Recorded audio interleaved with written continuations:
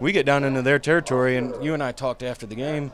I don't want to say we called our guys off, but at the same token, we weren't expecting to get to be that close into the end zone. Yeah, I was definitely not expecting us to put together a drive there with only, I don't even think we had a timeout, maybe one timeout there at the end of that game. So good resilience by our offensive line and by Don Vagley and the whole offensive squad to get the ball down the field a little bit and excite the crowd a little bit. I mean, that was a tough crowd to play in last week. It was loud the whole game. And I think our guys, I think tonight they're going to come back stronger, and I think they're ready for tonight against East Alton-Wood River. And you know, last weekend it was a tough place to play just because of, like you said, homecoming. They got their state championship rings last weekend. So now you look at our crowd, though, tonight with the Blue Jay night, that fence is already filled up 30 minutes before the game. So there was no place to park. It's going to be a good, rowdy crowd here tonight on the home side. We're looking over at East Alton side, and not too many people over there, but hopefully our crowd can get in it, and we can get a quick score and get our crowd into it right off the bat and get a win. So how about this new setup, Alex? What we got it's up a here? pretty nice setup. Yeah, I kind of like it this week. Well, we're just under 20 minutes to go before the kickoff here tonight. So we're going to send to a break. We're going to come back with the Aces Wild pregame show. We're going to talk conference standings, conference schedule, and then we're going to get into this Week 6 matchup between the Eagles and the Oilers right after this.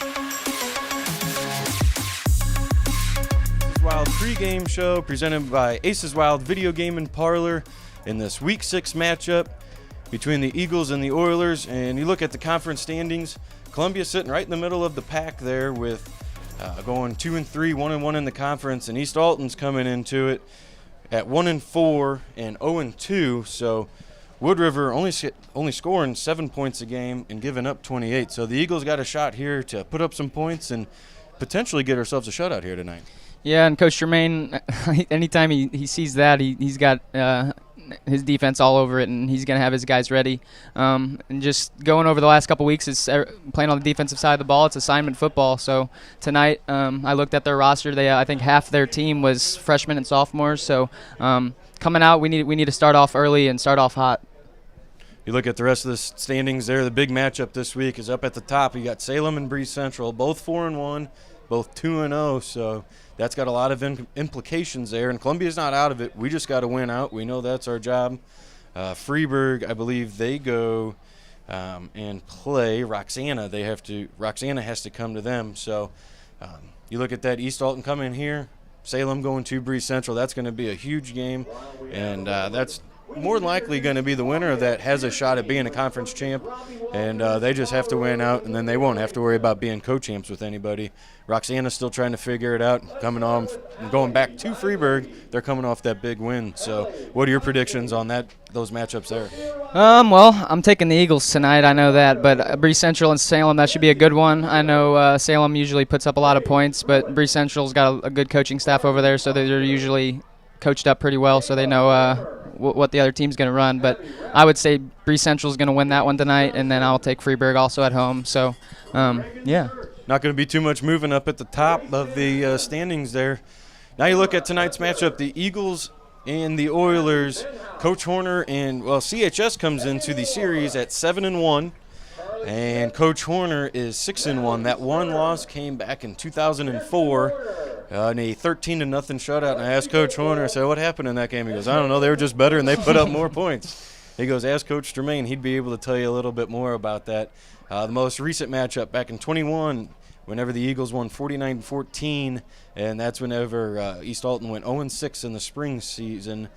And, they're like you said, they're young, so they're going to have some rebuilding years, and hopefully the Eagles are able to exploit that here tonight on Blue Jay night. And the cheerleaders also have the little cheerleaders with them as well. And you talk about Blue Jay night tonight. You played Blue Jays, and I'm looking down on the field right now. You got Sam Horner, Adam Wibb, and Donovan Bieber. Those guys are all they're coming back. They're back home.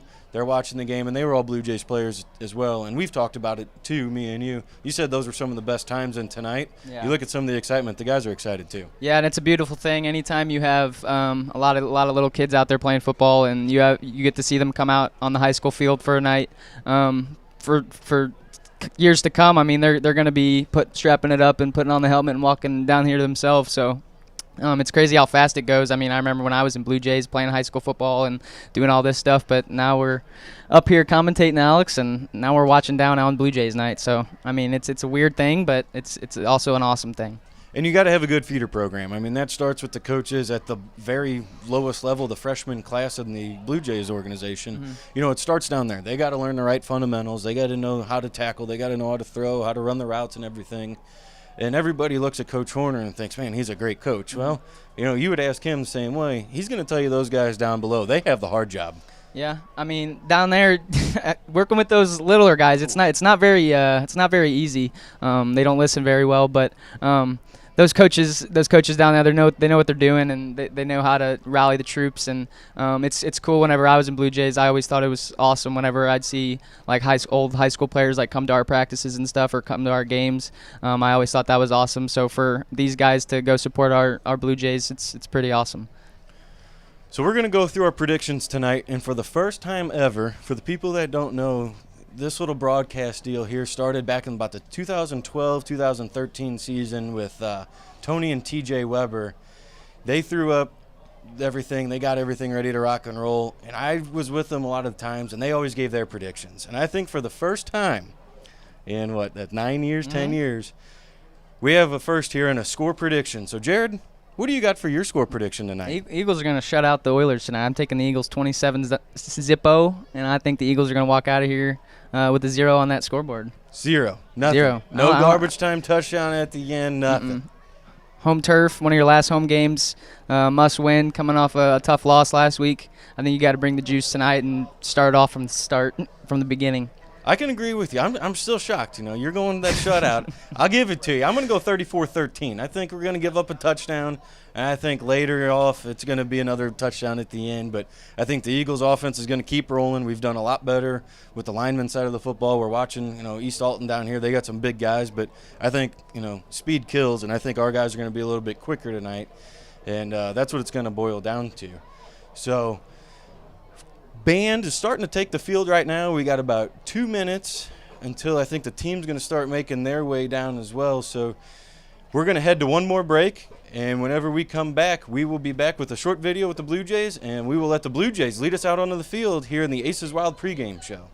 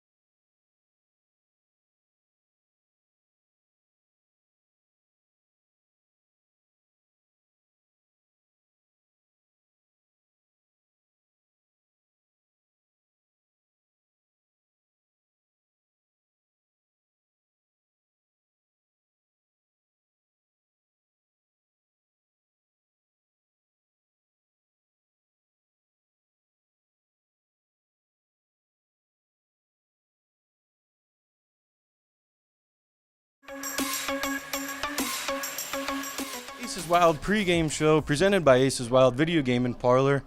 This week, varsity players, they took their jerseys, they went up top, they got to meet with the Blue Jays and got a couple words from the Blue Jays players. We talked to Coach Horner. We got to hear what some of the high school players had to say as well. So go ahead, take a look at this video and see what tonight is all about.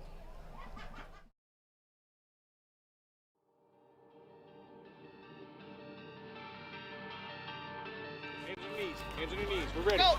Ready. Go, go, go, go, go. Come on, quick, quick, quick. Come on, man. Let's go. Break it down. No. No. Maddox. Hey. No. What you do? Hey. This. We don't lead with the head. Can't see what you're trying to hit. Head up. Blue Jay organization is our youth football here in Columbia. They've been around for a really long time, and you know, a lot of the kids that play Blue Jay football are the same ones that come to high school at Columbia High School, and so having them as a youth organization to teach the kids the fundamentals of the game is super important, and it's really awesome to see these guys when you get to know them when they're real young and you watch them mature and grow and then come through our program and have success. It's really a neat deal.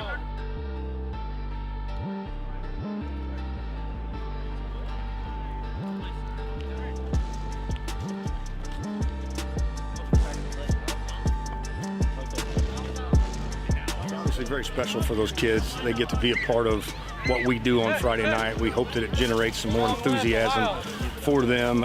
You know, they come out, they walk down to the field with our varsity kids and go through the tunnel and get to hear the band, and it kind of gives them just a small taste of kind of what's to come moving forward, and then you know, we hope that keeps their interest enough that they look up to those high school kids and they want to be high school football players, so that they get to play on the big field, you know, on the turf field and hear the band and be part of homecoming and all those kind of things, and so that's our goal. Our goal is to just kind of generate interest.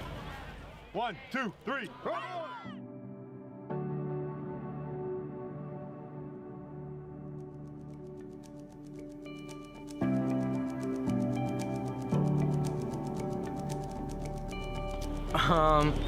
Well, I remember whenever I was one of the young guys, and you know, we were all excited, you know, just in awe at how big, you know, us like seniors and some of the linemen are.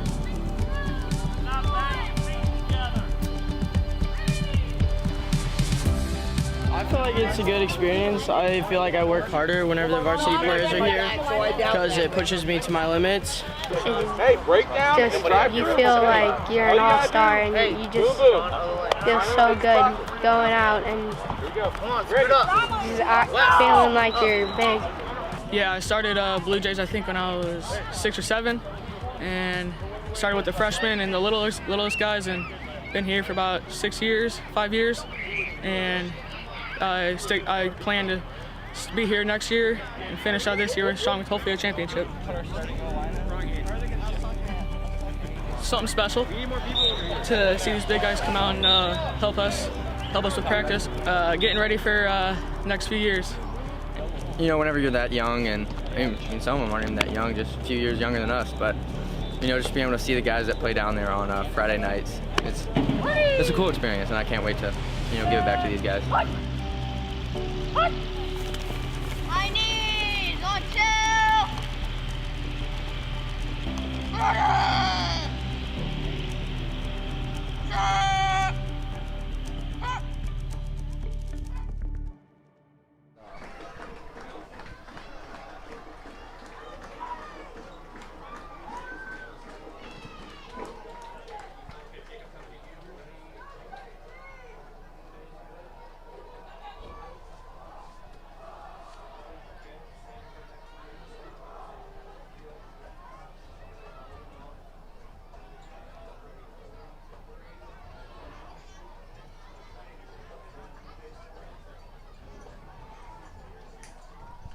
Only had one guy take a tumble and only had one shoe loss. So not a bad little session there for the Blue Jays to take the field, and that's got to be cool for them. I'm sure they all loved it. You could hear a couple of them laughing and yelling from up here, so pretty cool night for them. Yeah, I bet their adrenaline was rushing whenever they were running through that tunnel with the band playing and all their friends and family up here cheering for them, and the high school team running right behind them. So that was pretty special to watch. Well, we're going to take it to a break. We're going to get set up. The band's going to get set up, and we will be back with the national anthem right after this.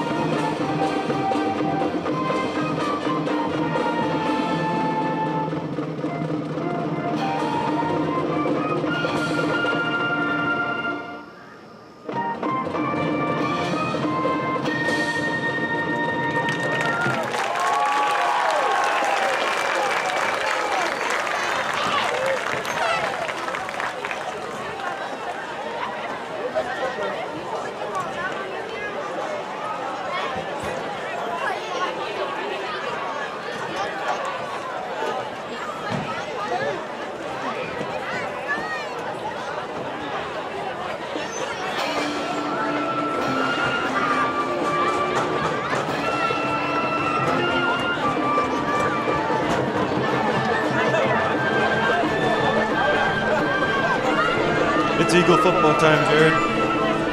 Hey, that's my line.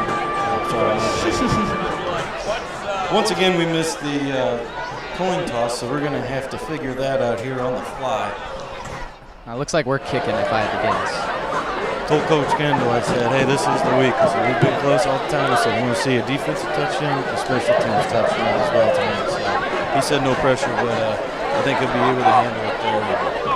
We'll see how it goes. Columbia's going to come out, blue bottoms, blue tops, and the white hat, just like we always do on our home games. And East Alton's coming out with the white bottoms, white tops, and the maroon helmets with a little bit of a gold accent in it as well. So according to Mr. Winters, kickoff tonight will be because of the Eagles winning the toss and deferring to the second half. Dom Vagley is going to kick it left to right with no wind here tonight. Little windy this afternoon, and he's going to send it deep. And it will be returned from the 5-yard line. They're going to go down that right sideline. Columbia's going to have to keep containing a great tackle there by the Eagles, latching on and making the tackle for the Oilers to start over at their 26-yard line. Jared, what are your keys tonight for this game? I think coming off that loss last week, you just got to keep the train rolling. Offense got to come out, defense got to come out all the way around, and you just got to perform well in front of your home crowd. I think this is a must-win for the playoffs. No matter what, you got to get out of here with a win.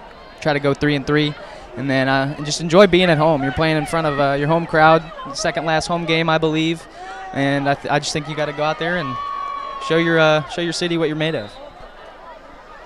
Like you said, you got to get back on that train, get this rolling once again. Shotgun for the Oilers. They're going to go right up the middle. It's going to be sniffed out. Great job by Brewer making the tackle. And only allowing a gain of 1. As you saw there, a little partly cloudy skies. We weren't sure, is it going to rain? Is it not going to rain? Got to try to figure that out. If anybody's looking for anything to do tomorrow, our pregame sponsor, Aces Wild, is having their rib war. So come on up, get some good eats, and get a little college football action while you're watching people compete. See who's got the best ribs here in Columbia. So that takes place tomorrow at noon to about 6 o'clock is when the awards will be read off. You like ribs, Alex? Oh, I could go for some good ribs. Trips to the left side for the Oilers. Looks like the Eagles are going to blitz off the top side. Going to be another run play. They're going to run away from the blitz. Good job there by the Eagles forcing it back in. And it's going to be 2 linemen making the tackle. Let's see who's going to get off. Looks like Carter Hicks is the first lineman to get there, as well as number 42, Brandon Jackson, the sophomore. That was just a simple quarterback power to the left. It looks like they're not going to run anything too extreme yet with this 3rd and 3, 3rd and 4. Not really sure what offense they run a lot, but we'll try to figure out here tonight and see what Columbia defense can do against it. Eagles defense gave up 250 yards of rushing offense last week, so see if we get that clamped down. It's going to be a tight end to the right side and a wing back. They're going to run it to the right side with number 25, who's going to get close to a first down, but I don't know if he got it there with Brewer making a shoestring tackle at the last second. It's going to depend on the spot here. Looks like they're going to measure. Already a measurement. One thing about these rushing offenses, get that clock moving. So if there is any rain coming, we'll be out of here before it happens.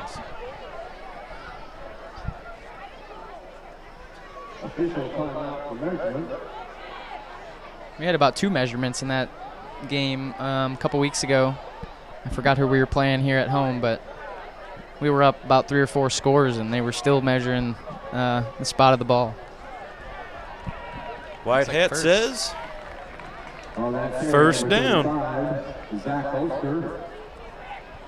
So just enough, just barely, to get a fresh set of downs here. I don't think we've won a measurement yet this year. I think we're 0 for 3 right there. First down, Oilers.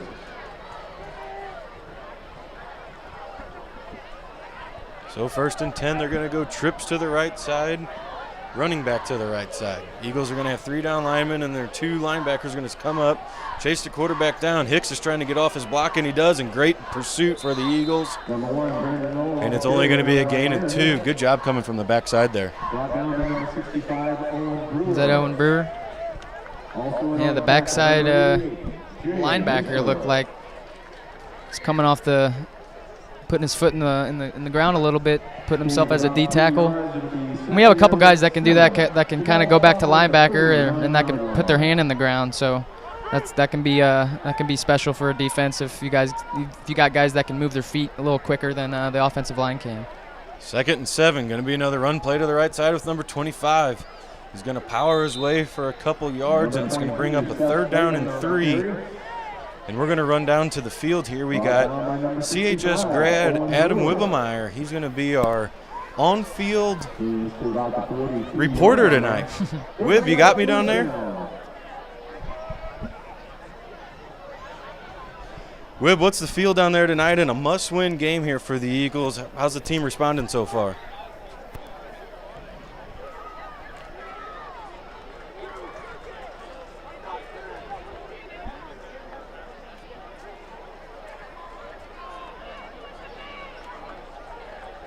The 3rd down and 4. It's a great job sniffing out here for the Eagles. Looked like Missler was up there and just jumped over his block there, or his tackle. This will be good for another 1st down. Wib, you had cut short last year. You guys went 4-2. You had an opportunity, I think, if you had the postseason, I think you could have made a little bit of a run. I said last year you guys got cut short your senior season with that 4-2 season. You only got to play those 6 games. I think you guys might have been able to make a little bit of a run down there.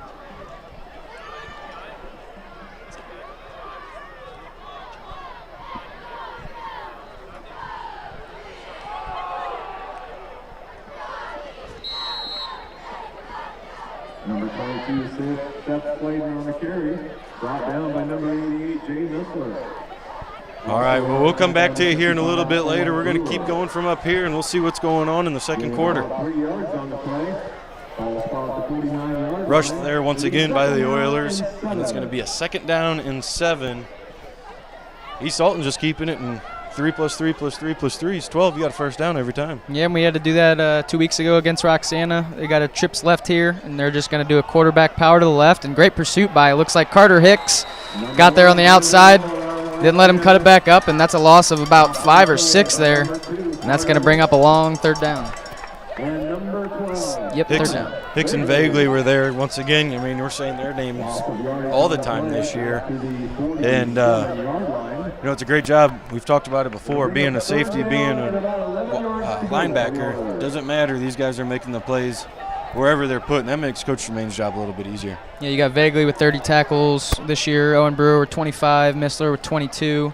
You got, when you look around at all of our guys, I mean, you don't see one guy that's got a bunch of tackles and then the rest are just meh. You got guys with 15-plus tackles all the way around, so everybody's getting to the football, and it's great to see white hats get to the ball. Timeout on the field by East Alton. We're going to send it to a break. We got 6:50 remaining in the 1st quarter in this Week 6 matchup here from the Columbia Multi-Purpose Field.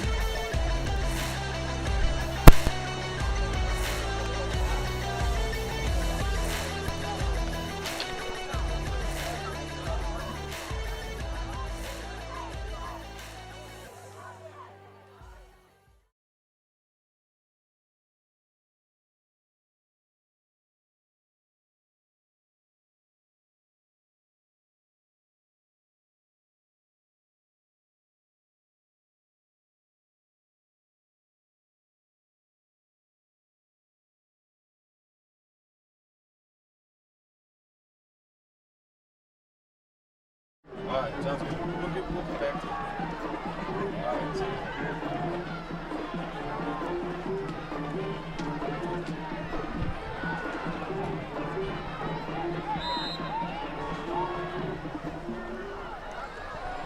Third down and 12 for the Oilers. Are going to get up only a couple yards.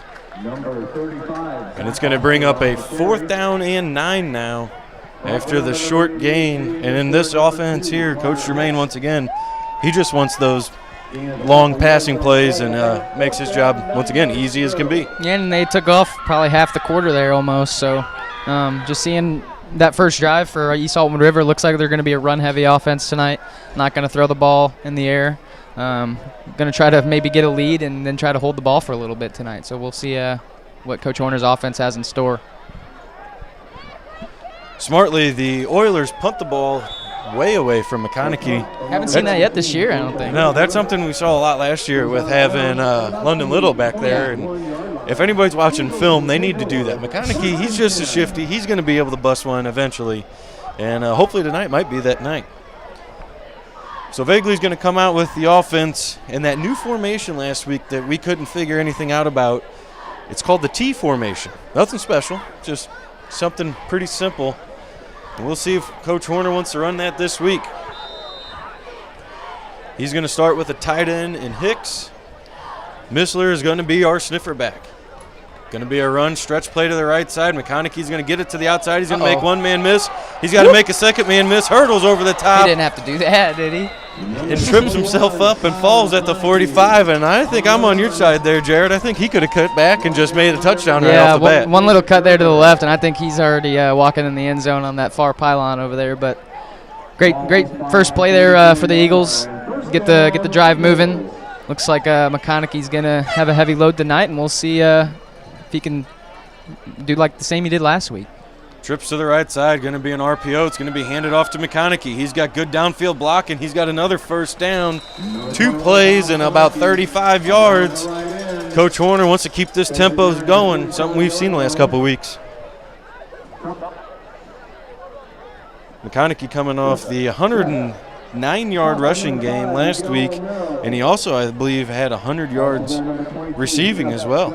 Yeah, on the year, he's got 52 attempts, 325 yards, 3 touchdowns, catches a lot of balls out of the backfield, and you can put him anywhere on the field. You can put him out at wide receiver if you wanted to, and last week we saw him throw a touchdown pass. So, I mean, McConaughey's a kid that you can put anywhere on the offensive side, and, I mean, he'll stick his nose in at linebacker on the defensive side. Empty this time. It's going to be a quarterback run. He's going to run over a linebacker, and he's going to get another first down on the play. Hard run in there by Dominic Vagley. This might be a run-heavy game, Alex. So far, East Alton's coming. They've got 4 down linemen and 2 linebackers. If you're only going to put 6 in the box, Coach Horner's going to come right after you. What is that, 3 plays, 3 first downs? 2 McConaughey and 1 by Vagley. East Alton, once again, you see now they're going to bring up another lineman. It's going to be a stand-up defensive end, number 24. We're going to run right at him. We're going to go up the middle. McConaughey's going to follow a block at number 52. He's going to make one man miss. He's got nobody in front of him. He's got a touchdown, Eagles.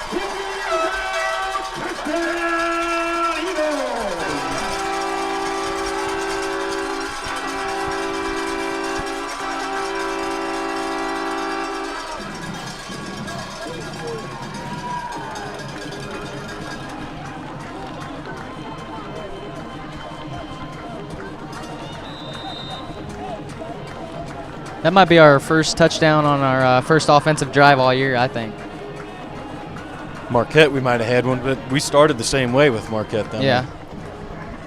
What a good drive there. Start off the game on the offensive side of the ball. 2-minute drive, not even. Kick is up. Line drive. Kick is good. I don't know if the officials knew if that was good or not. But nonetheless, that takes the Eagles 7, East Alton 0 on that Mandy McGuire group scoreboard. Hopefully we get to light that thing up here tonight. And Jared's going shutout, so we'll see what happens. And, you know, Eagles offense, like we've been saying, you know, they're going to be run heavy. They're going to be pass heavy. Well, you know what? We're pretty even throughout the year. I mean, you're looking last week, 164 or 166 to 154. I like my odds whenever I can keep it that even. But on a night like tonight, if we're going to run the ball, let's just run it. Yeah, I mean, when you have a guy like Vagley catching the ball every single play, and then you got a guy like McConaughey right next to him, it's pretty tough as a defense. I mean, when you're a defensive lineman or you're a linebacker coming up and try to tackle these two guys in open space, I mean, Vagley's more of a downhill type guy. He'll put his head down, run you over, but then you got McConaughey, who's more of the speedster, and he's going to spread you out a little bit. So I think having those two in the backfield it's tough to guard on the defensive side, and Coach Horner's got something special back there that he can work with the rest of the season. Vagley tees it up. He's going to send it deep once again. Another good kick out of him. That's going to fall at the 3 and go into the end zone for a touchback. So with 4:40 remaining in the first quarter, the Eagles defense is going to come back out onto the field. That was a great downfield block there. It looked like Kaczynski making his way down there. He was 10, 15 yards. And that was the final block that got McConaughey into the end zone. Yeah, and you look at these rushing statistics over the year. You have Vagley, who's averaging 5.6 yards a carry, and McConaughey, who's averaging 6.3 yards a carry. So if you have two guys that are averaging over 5 yards a carry, I mean, I'll take that any day. And now you look at, too, a lot of the rushing attempts that Vagley gets, those are sacks too. Yeah. So, I mean, that's a little bit of a skewed number. That's a quarterback talking there, you know, making the average go down a little bit. So the Eagles offense. Defense, rather. The Eagles offense gets it going. Defense gets a stop. They're going to do it again. 4 down linemen for the Eagles, 2 linebackers. Send a man in motion towards us. Quarterback's going to keep it. He's going to go up the middle. It's going to be a great job there by McConaughey stepping up, and all he did was just go for the ankles and make a tackle. Looks like they're running the same offense that we do. They're just running straight RPO. 5-yard gain. They're running a guy on the field every time. And that's something else that's just going to eat up the clock. Columbia pretty much got away from running a huddle, more or less, since the 06 season, really. Yeah, I never ran a huddle, unless we were in that heavy formation. Empty set for the Oilers. Quarterback's going to run to the right side. He's going to get nothing. Nice. He's going to get tripped up on the play. What do you know? Kyle McConaughey. And that guy's probably 6-7 inches taller than him, and all you got to do is go down at the knees and take his ankles out. We've talked about it every week. He's going to be the smallest guy on the field at all times, but he's probably one of the toughest ones out there. So give it to McConaughey for sticking his nose in there every play and making a great tackle there to bring up a tougher 3rd down. So that's going to bring up another 3rd down and long, 3rd down and 7. This is what Coach G wants. 3 minutes and 20 seconds remaining on the Corey Pharmacy clock here at the multi-purpose field. Going to hand the ball off to the left side, and it's going to be Vagley who's going to get there, and it's going to be probably enough, and it looks like they're going to give it to him. Good job there by the Oiler running back. Vagley was there. That guy stumbled for a good 4 or 5 yards to pick up that 1st down. Hit him at about the 25, 26-yard line, and he stumbled, pick up that 1st down, and clock's still ticking. 3 minutes left in this 1st quarter. And their O-line looks like they're moving. And they're moving our guys, and they look like big gap holes that these running backs and quarterbacks are able to run through. So 7 guys in the box this time for the Eagles. Good job by reading your key there by Vagley. And he steps into the hole and makes the tackle. And last night we talked to Coach Horner in the Holton Meets Coaches Corner. And he said, you know, in a game like this, you have to read your keys. So what does he mean whenever he's saying you got to read your keys? As a D lineman or as like a linebacker? As a linebacker, D lineman, safety, whatever it may be. Well, if you're playing against an O-line, I mean, if they're going to take a step back, they're probably pass blocking, and then if they're pulling or if they're blocking straight down, you know the ball's probably either coming at you or it's going to be a run. So that guy over the top of you usually gives away what's coming to you. Good job there by Missler on the blitzing linebacker. Gets in the backfield and he makes the tackle.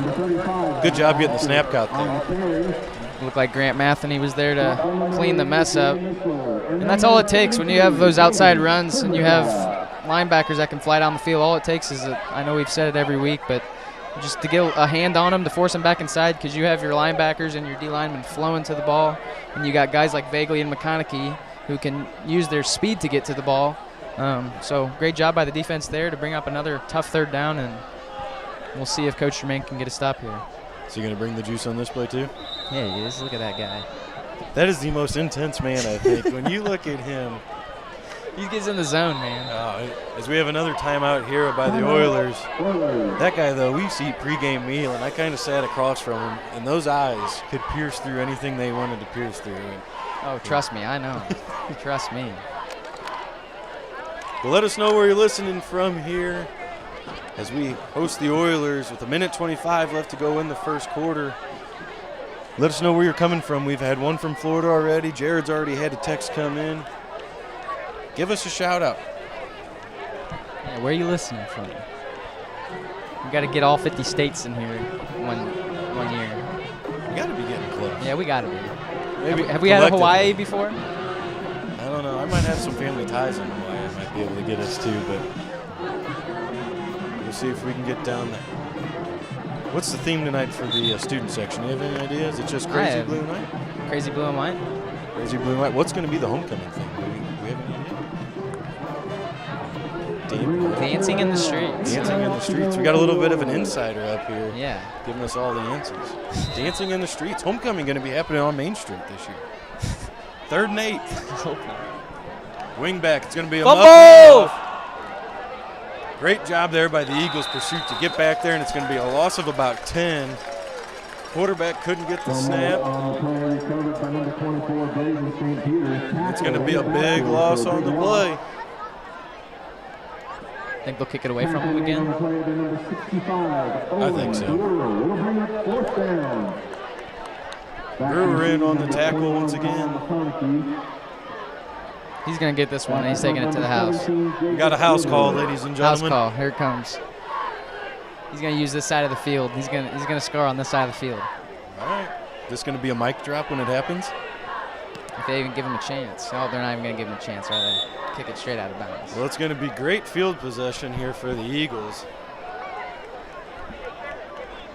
And they're going to start on the Oilers' side of the field. We're going to take over from the 47. Think we're going to keep it on the ground here still? I think so. They're treating McConaughey like he's Devin Hester back there, so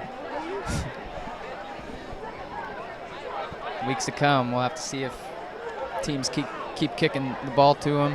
Because almost every time he gets it on those kickoffs and punts, I mean, he gets positive yardage and he makes 1 or 2 people miss almost every time. So East Alton-Wood River has watched their film and known to kick away from number 21.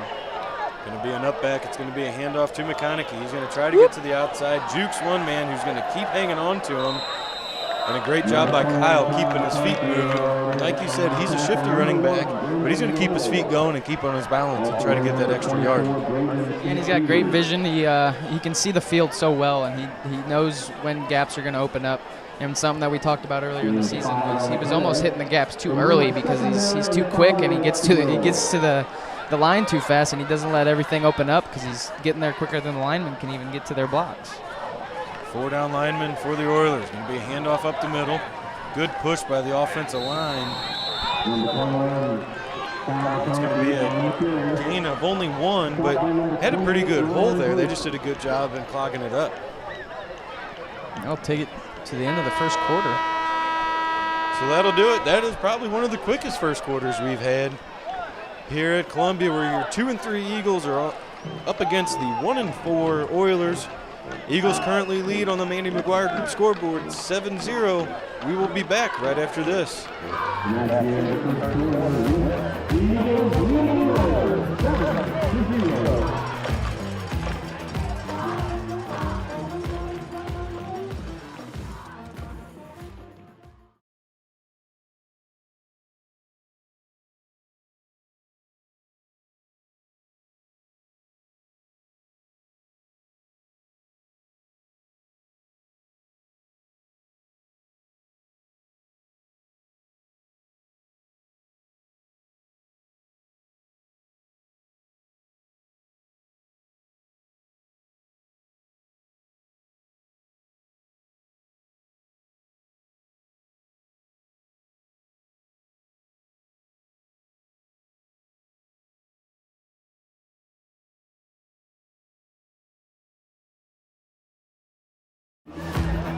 Welcome back, ladies and gentlemen, where the Eagles lead this one 7-0.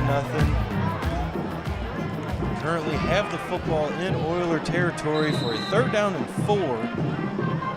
You go tight end left, sniffer back left, wide receiver left.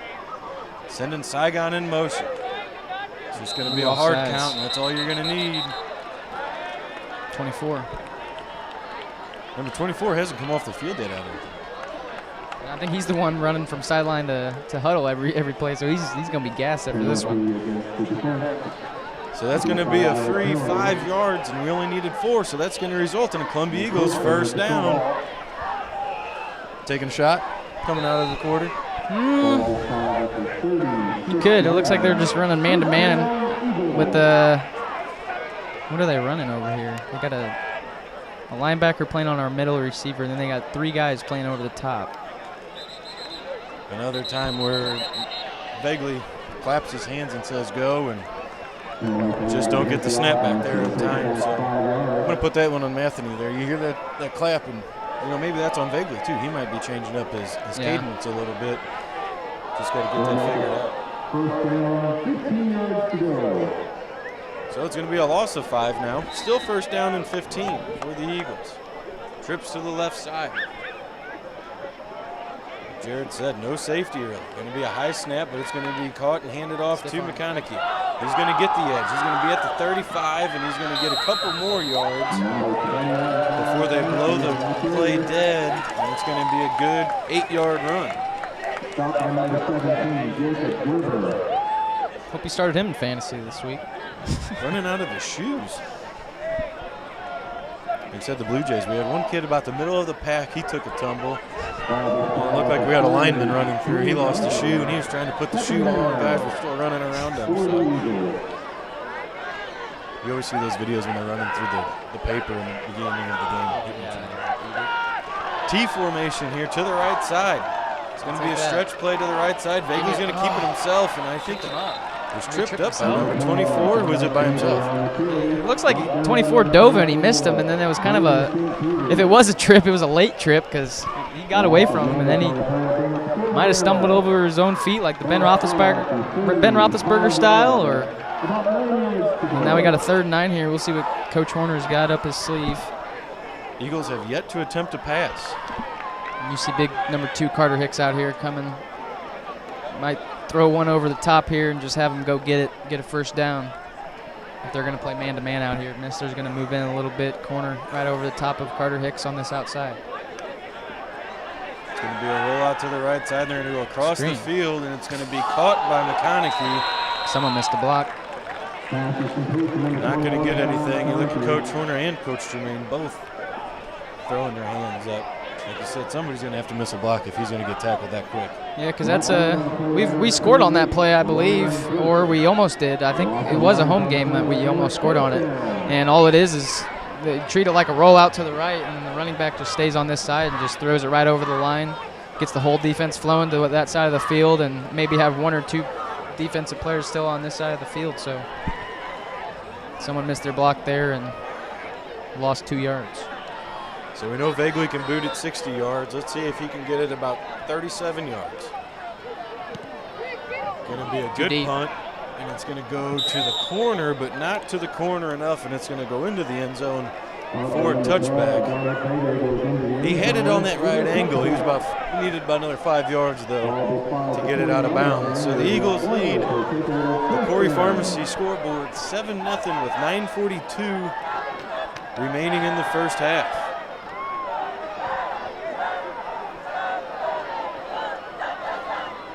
You look at Coach Kendall there after that kick, and he's probably like, oh, let me show you how to do it. Let me put on the cleats and walk out there, and I'll show you how to get it inside the 5. I believe he had a record at one time for I think he does. Punt. I think he still holds the record, too.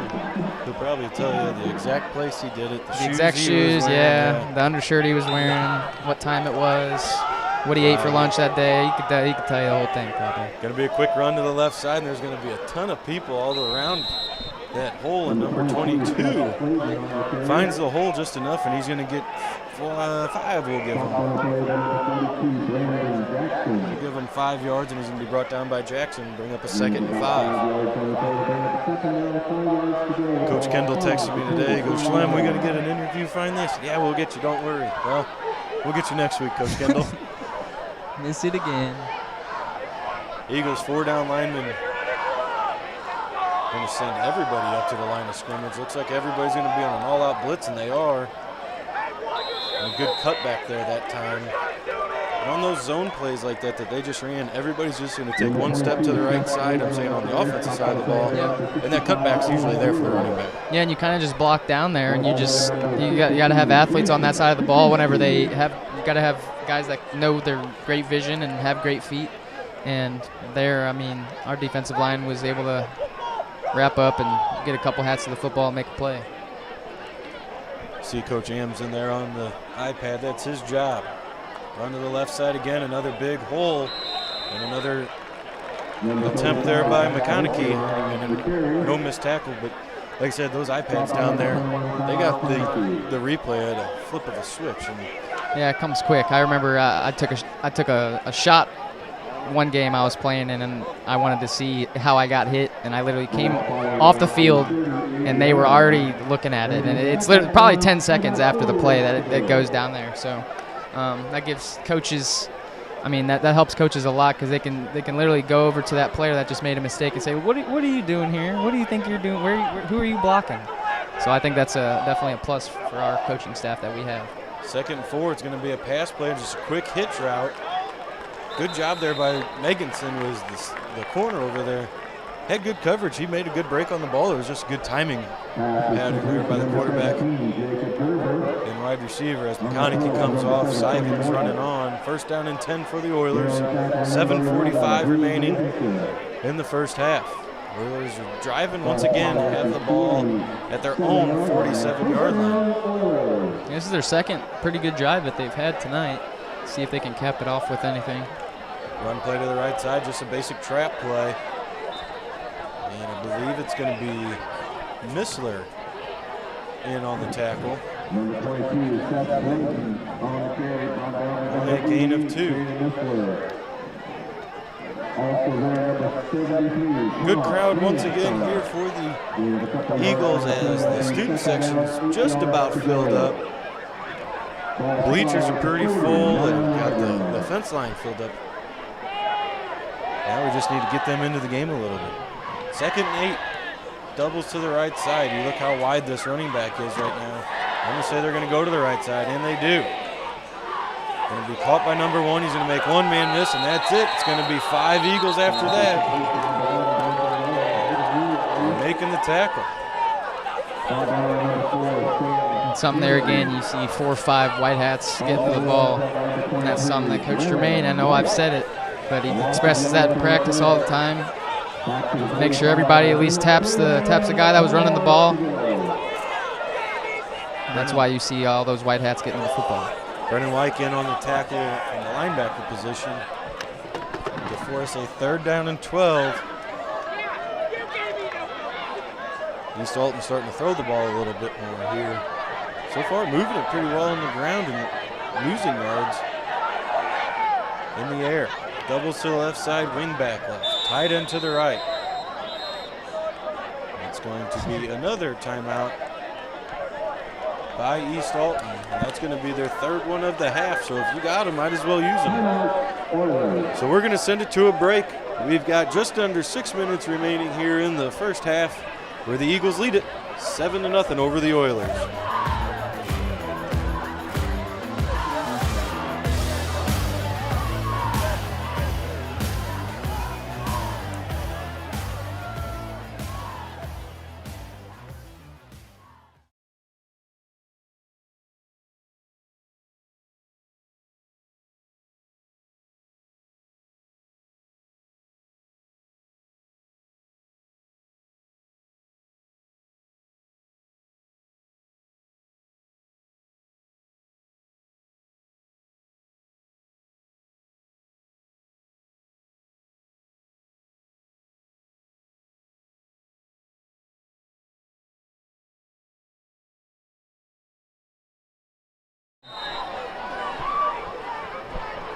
Welcome back, ladies and gentlemen, for the 3rd and 12. Going to be a rollout to the left side. Good job forcing them back into the pocket. Now we just got to make a play and make a tackle.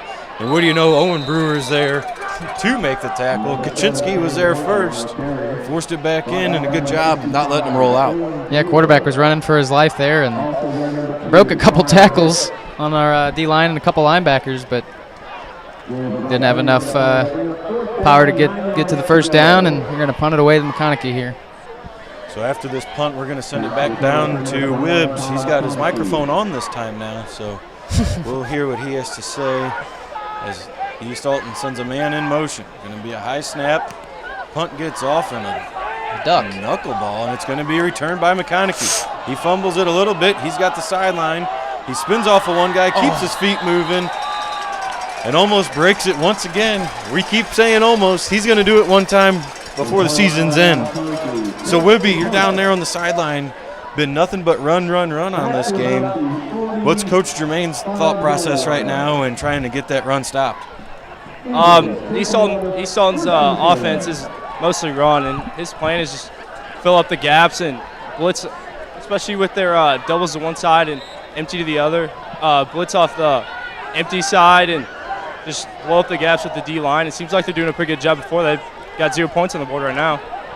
Going to be a long pass play here by the Eagles, and it's going to go through the hands of Missler. It just went right through. That's one of those quick out routes, but not going to get anything out of it. And Coach Horner, he's doing the same thing. He's keeping it on the ground, and we're having success there. Good push by the offensive line tonight.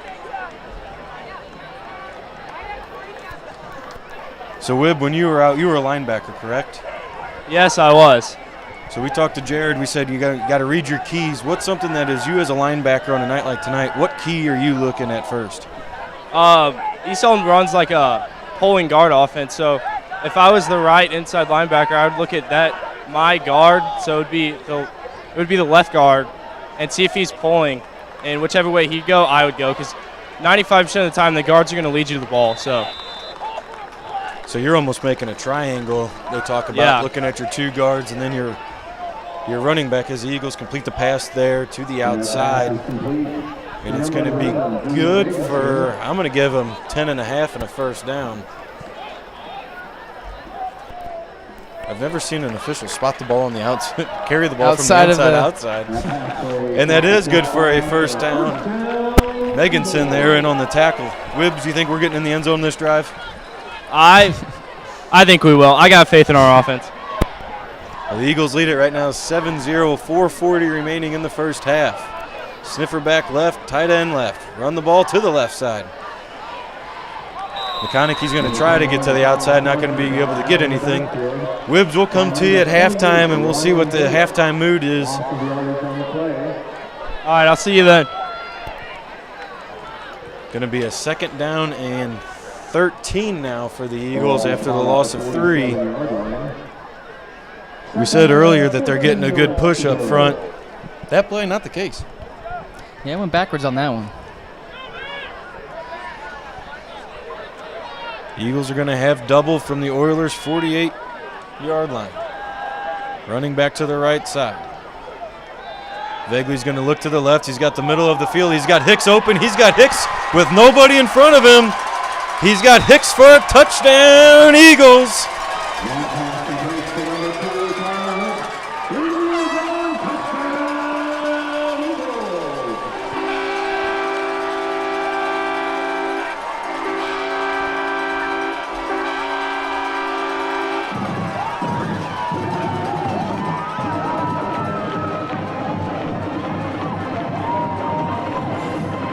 That looked like a slow developed play.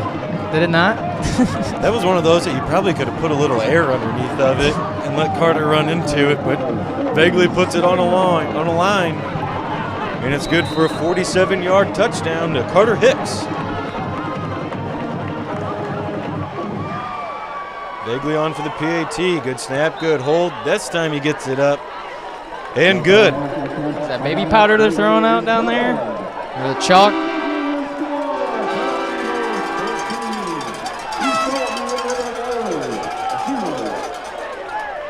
So that takes the Manny McGuire Group scoreboard. 14 Eagles, 0 Oilers. And Jared, you're on track right now for where you need to be. You watch out, man. This defense is going to post that shutout tonight. You could see I missed it. Student section throw. Yeah, they're still throwing it over there. I can smell it. Yeah, I can smell it too. Got a nice little haze going on. Baby powder fumes are in the air tonight. So Vegley this time is going to kick it from right to left. 3 minutes and 51 seconds remaining before our Century 21 halftime show. Give you a little bit of stats. We'll talk Blue Jays football. We'll try to get a Blue Jay board member or somebody to coach something up here. We'll talk about the importance of the Blue Jays as well.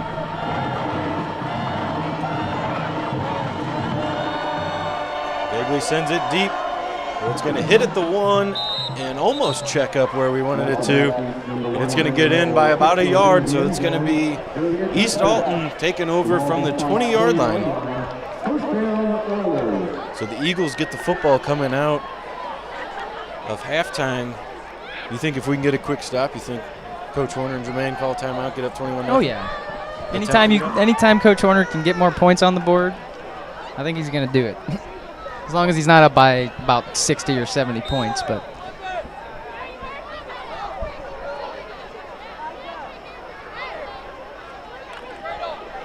Breaking the huddle, East Alton-Wood River.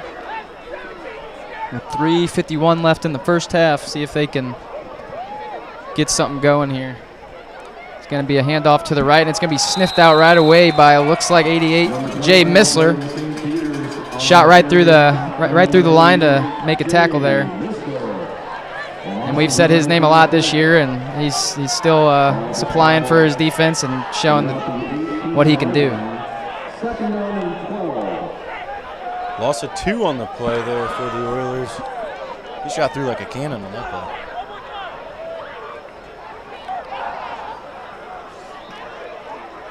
Get another stop, get a timeout. Heck yeah. Columbia's got 9 guys in the box. We'll give them 8 in the box. Going to be a pass play to the left side. Number 7's got a slant. And it's underthrown to number 1, and then on the defense was Sam Denny. I don't think he would have got anywhere even if the ball was caught. Now you got just what you want here, another 3rd down and long. I think they've only converted on maybe one of these 3rd down and longs tonight, but see what Coach Jermaine draws here, see if he's blitzing anybody on this next play. A little more passing out of East Alton in the second quarter here. We kept saying, oh, they're going to run, they're going to run, they're going to run. They're changing it up on us. 4 down linemen for the Eagles. Sending a man on a blitz on the top side of the screen, and that doesn't matter because Owen Brewer fumble on the play. Sam Denny. Picked up by Sam Denny. He's got to get to the pylon, and I think he's going to. Oh, they're going to call him out at the 3.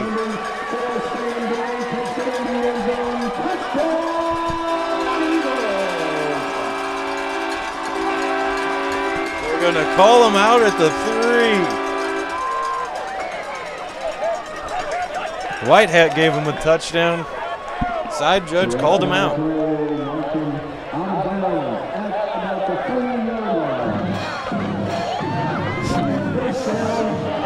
Winter's got them all pumped up in here. Yeah, we got everything all messed up here. We got the band playing the fight song for a 1st and 10. Oh, man. So 1st and goal from the 3. Eagles are in the huddle. That's where we need what Roxana has with the refs having their own thing there, telling us what happened. So we're going to go heavy set. Missler and Hicks as your fullbacks. McConaughey as your running back. Bagley takes a snap, turns around, hands the football off. Stuffed. And I'm going to have to call out Hicks there on a missed block. His guy that he was supposed to take into the end zone gets off of him real quick and shuts it down about a yard short. So it's going to be a 2nd and goal from the 1 now. 2 minutes and 30 seconds remaining in the first half. Eagles lead it 14-0. See if they have a corner on this side, because I was going to see if Vaguely could pull it. But their corner's staying on this side, so I don't think he could do a bootleg out of it. He's going to switch it up, go to the left side.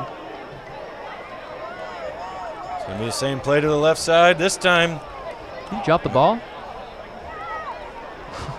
No, I didn't even hear a whistle yet. McConaughey doesn't have the football with him. No gain on the play. It'll be 3rd down and goal. That was a weird play. Still don't know who recovered the ball. We didn't get into the end zone, so it's a 3rd and goal. Not good if we can't get in from the 3. I think you're doing the old Tom Brady QB sneak here. Put your head down vaguely and reach the ball across the goal line. Minute 30 now in the first half. Vaguely under center. Takes a snap. There He's going to take it himself, and he's going to get into the end zone. Touchdown, Eagles.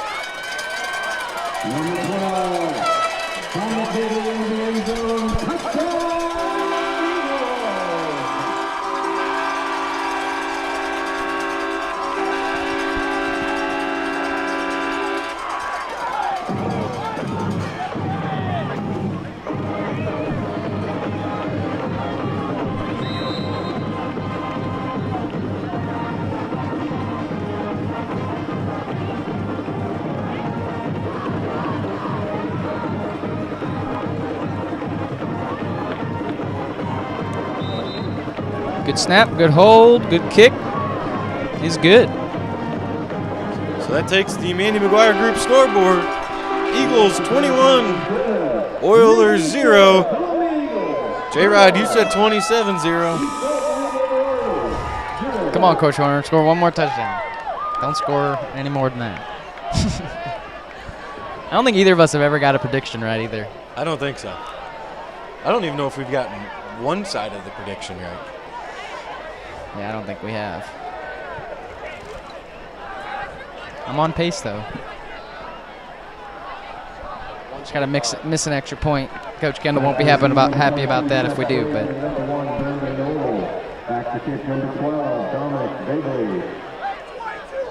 now you're putting a spot here to where you're kicking off with 1:25 and you're getting the ball in the second half.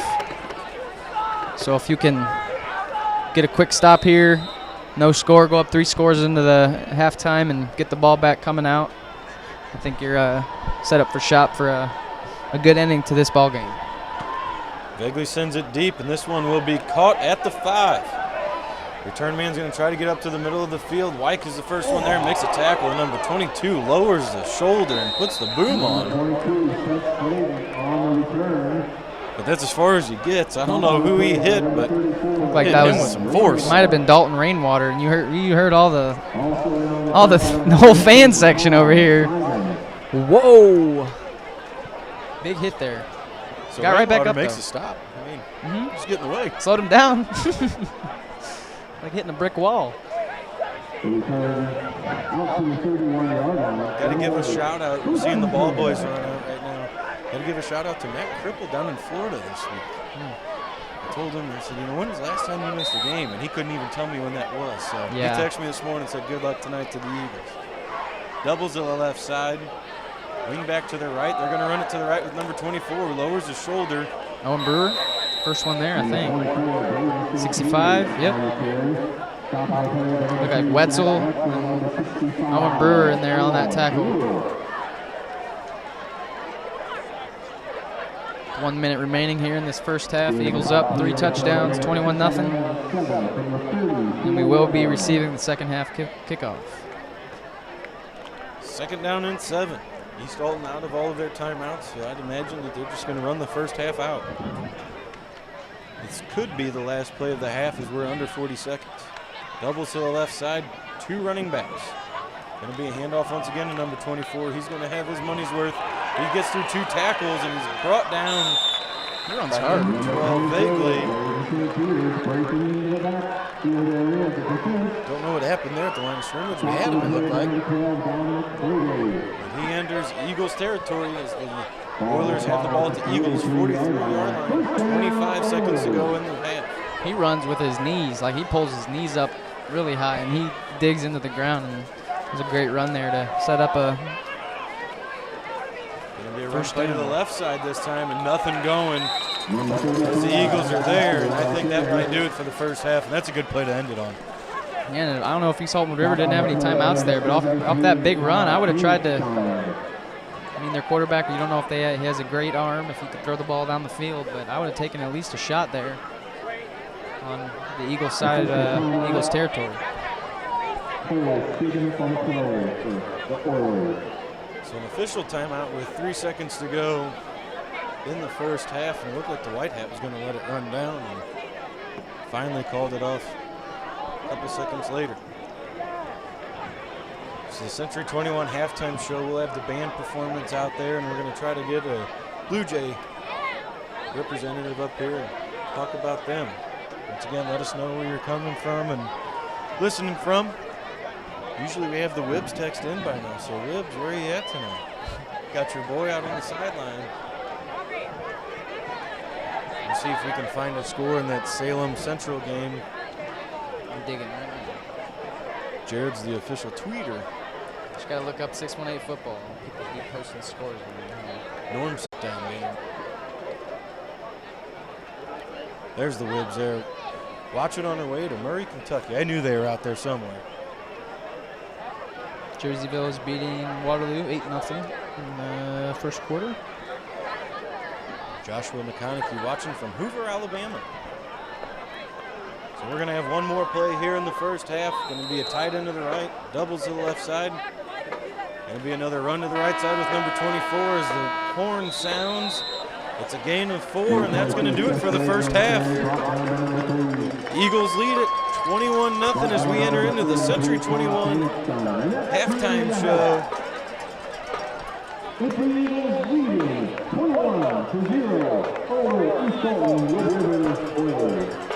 We're going to get the band ready. We're going to get ready for halftime up here. We will be back right after this.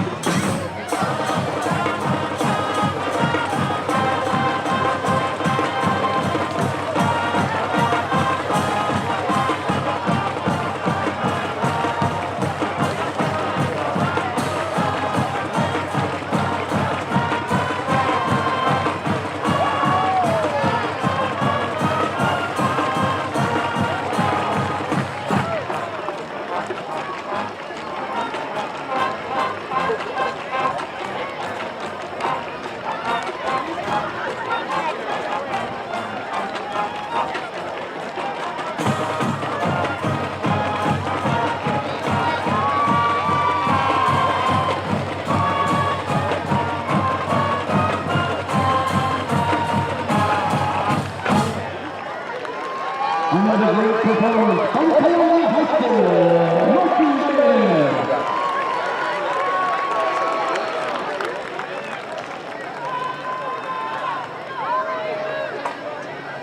All right, it's time to get out those 50-50 tickets. We'll give you a moment to pull them out. $87 goes to the lucky winner.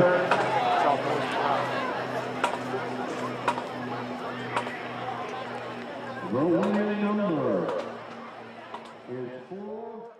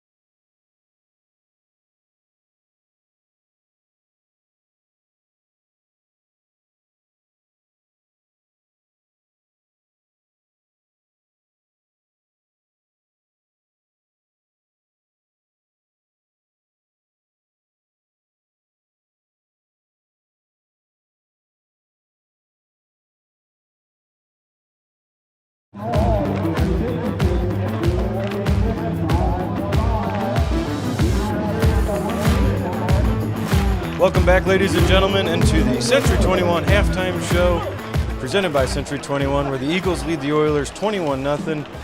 We welcome into the booth here Coach Sandstrom. Coach Sandstrom, basketball coach this year. How's the summer going? How's the fall going? You've been doing some camps and practices. How's everything been shaping out so far? It's been real good. It's nice to be back on the sidelines, that's for sure. We've got some hungry kids. Our numbers aren't great, but our numbers aren't great, athletically across the board, But I'm super excited to getting back ready to go. So it's good to get back into the gym and get back into that routine once again. And we were talking schedule. You said right off the bat you're starting with the top dogs in Mascoutah and Nashville, so you're going to see what you're made of right away. Yeah, on paper, the best two teams in the area probably are Mascoutah and Nashville, and then Breeze Central is always good, and we get to play two of the best three teams right out of the gate, and we don't really have a whole lot of varsity experience coming back, so it'll be a completely new thing, and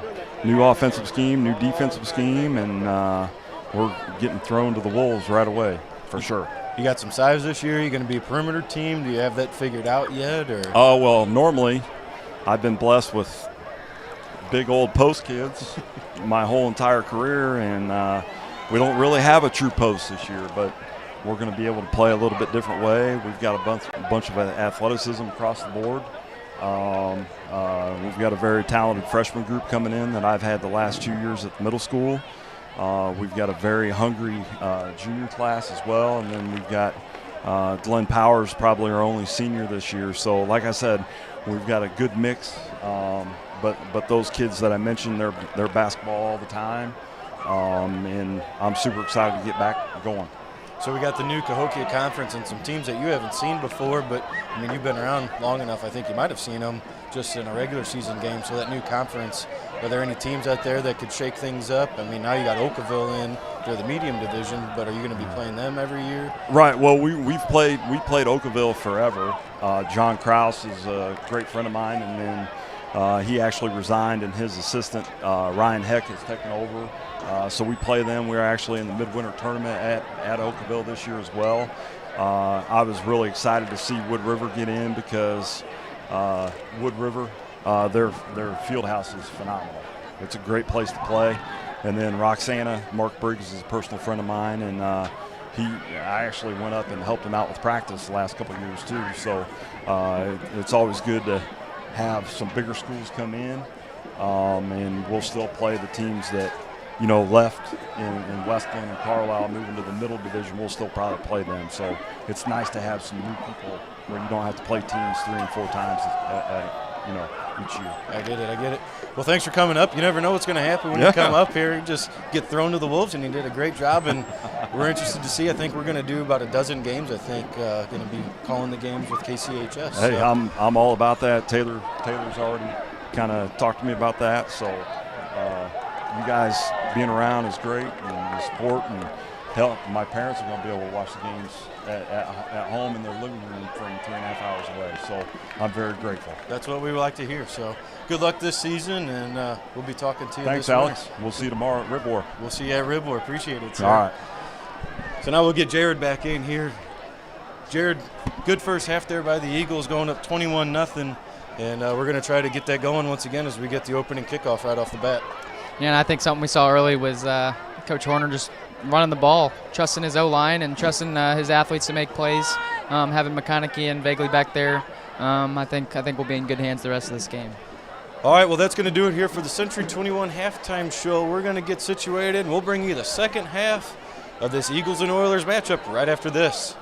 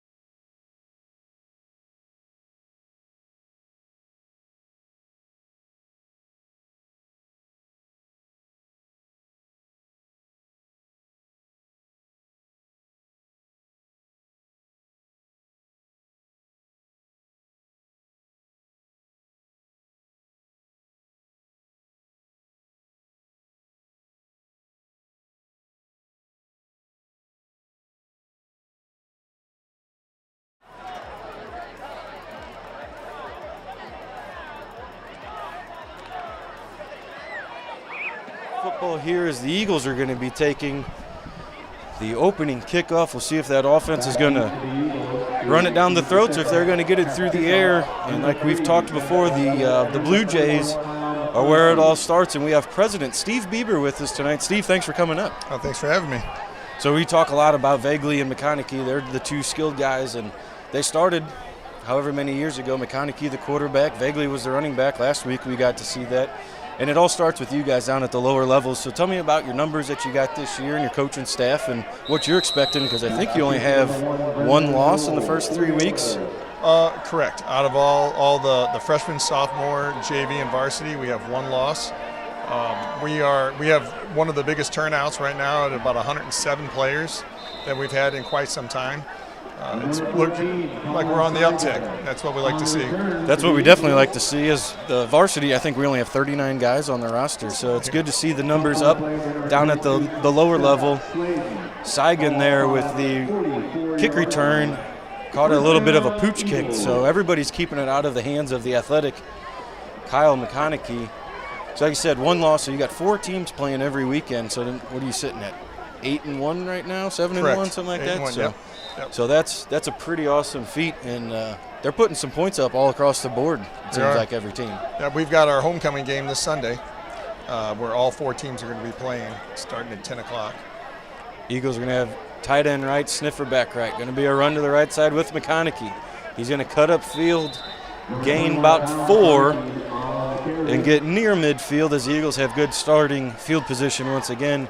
So homecoming, what does that entail? I believe it's a bunch of party pretty much, right? Pretty much, yep. We'll have the concessions going. We'll have some of the past members, board members, and other athletes that have played for us attend, and we're going to have all 4 teams playing on one day, which usually we split up Saturday and Sundays. Same formation and looks like the same play once again, and this time sniffed out by the Oilers. So you talk about your board members. They're pretty big, but also your coaches. It looks like you got 2, 3, 4 coaches at every level. And in our video that we showed, they're teaching the fundamentals. And, everybody looks at Coach Horner and says, hey, you're doing a great job. But in reality, it starts with you guys. You got to show them how to tackle and do everything from the start. Got to take that 6-year-old, teach them a 3-point stance, how to carry a ball. It's teaching the love of the game. That's really what it's all about, and the fundamentals, and then they can build off it going forward. Try the hard count there for the Eagles. Saigon didn't get him to budge. Going to move McConaughey to the left side of Vagley. Going to be a pass play. They're going to look to the flat, try to get the middle of the field where they got Meganson, and it's over the hands of the defender and through the hands of Meganson. Looked like it hit him in the arms. Could have been a catchable ball. Very much so. And it would have been a huge gain, maybe even a touchdown. So, yeah, how do you take a 6-year-old and say, hey, here's a 3-point stance, and all he wants to do is roll around in the grass, and he just wants to hang out. So what's the key? Talk about Legos and Fortnite. That's all they want to do. So what's the key in getting everybody to focus? We always joke it's herding kittens. That's what it is. You got to keep them engaged. You got to split them up in groups. Everybody, you can't have that what you can with older kids where they're kind of watching and learning from watching. They've got to be engaged. They've got to be doing something. If not, you're going to lose them. The attention span is definitely short. Vaguely with another booming, spiraling punt. It's going to fall at the 11, and it's going to be almost downed. We were there once again. Denny tries making the diving play, but the ball goes into the end zone, and it's going to be a touchback. So you are the sophomore coach. Correct. And so you guys are sitting at, 8, 9 years old, I believe? Yeah, 3rd and 4th graders, 8 to 10.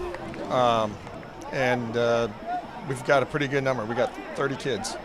So now you got to get 30 kids into the ball game, too. Correct. That is a chess match in itself every game day. So you've got 4 coaches with you. And how many coaches do you typically keep on each team? Do you try? Every team has usually at least 4. No more than 6 is league rules. So Oilers are going to take over from their own 20 with 10:25 remaining on the Corey Pharmacy scoreboard here at the multi-purpose field. Trips to the right side. They're going to run it to the left. 2 Eagles out there got to make a play, and they do. Looks like Meganson in on the tackle for no gain at all. So if a kid wants to get in, obviously it's a little too late to play this year, but Do they need to go to a website to sign up? Do you have sign-ups and registration throughout the year? How does that work? Absolutely. We usually do a early sign up in July, June, July, and then that'll cut off. And then we'll have another walk up at the end of July, beginning of August. Usually the first week of August is when practices start. 2nd and 9 for the Oilers. Eagles got everybody up in the box. It's going to be handoff to number 24. It's going to be sniffed out right away by Owen Brewer and Jay Missler. How many guys out here on the field right now were Blue Jay players? So we were talking about this. It's kind of amazing to watch them do the Nebraska prayer before the game, and I know exactly where that started with Coach O'Brien at the Blue Jay level. The first time I had seen it, my oldest, Donovan, was in 7th grade, and everybody's carried that on, and it's kind of a cool tradition. It gives you goosebumps when you listen to it.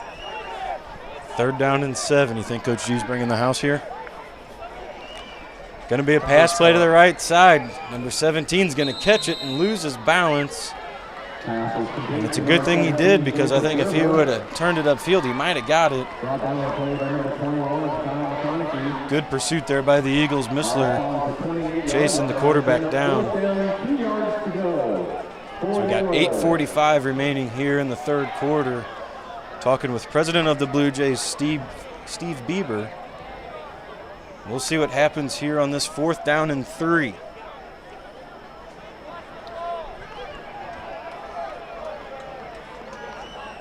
One fan trying to get into it. Can't get anybody to follow him. 6 guys on the line of scrimmage. Here comes a 7th. Here comes an 8th. They're going to run the football to the right side, and they're not going to get it.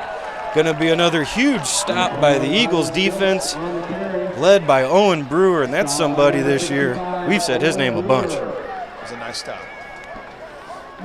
So on a night like tonight, Blue Jay night, you get with Coach Horner and the high school and everybody. How cool is it? The night's about you guys. It's about the junior cheerleaders. It's about the little ones, and that's who's building the program. So how cool is it for all of them to come out here? It's fantastic. We have a good relationship with Coach Horner and the organization, and these kids think that this is the coolest thing ever. It's coming down and being able to run through the tunnel like the big boys. Empty backfield for the Eagles. We're going to have McConaughey down the middle of the field. McConaughey's by himself, and it's going to be intercepted in the end zone. They're going to bring it out to number 22. He's one of the running backs in a speedster. He's going to nearly get tripped up. Now he's going to keep his feet moving. And what do you know? He's going to be brought down by number 65. You look at Coach Horner there talking to Vaguely.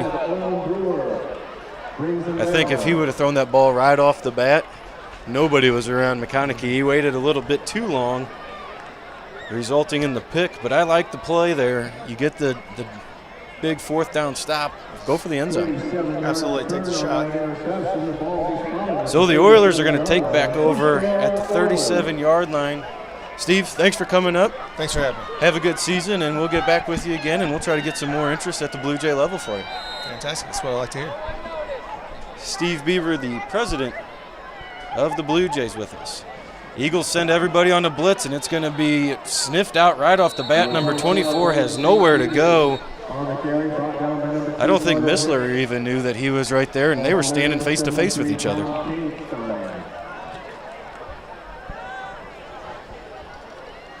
Coach Horner wanted to take a shot there, huh? First play. And he had it about 3 seconds earlier.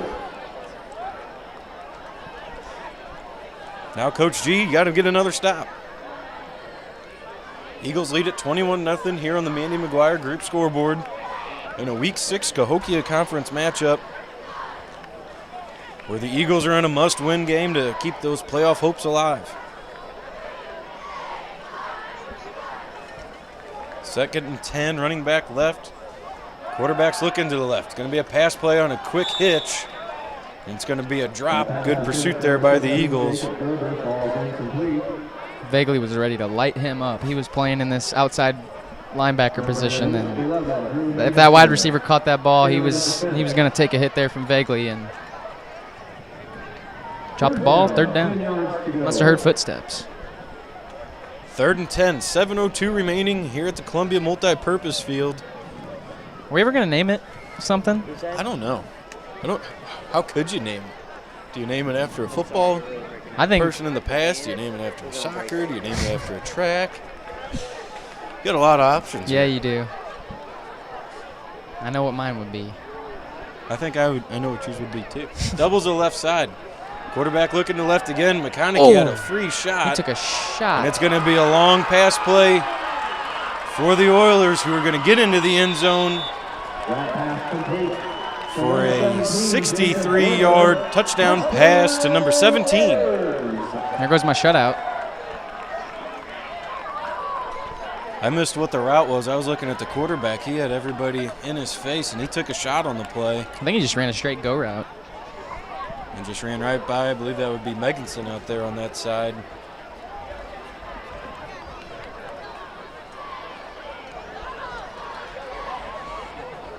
So that takes it Columbia 21. East Alton 6. We'll see what they're going to do. They're going to go for 2, it looks like. Same formation we've seen all night with Sniffer back, sending a man in motion to number 1. They're going to hand the ball off to number 1. He's going to try to get upfield and get in the middle. And he's going to be stood up, and they're going to blow it dead, and it's going to be stopped by the Eagles defense. That was a late whistle. Making the score for the Eagles, 21. East Alton-Wood River Oilers, 6. So that's going to make it 21-6 with 6:54 remaining in the third quarter. We're going to send it to a break, and we will be back to the Columbia Multipurpose Field after this.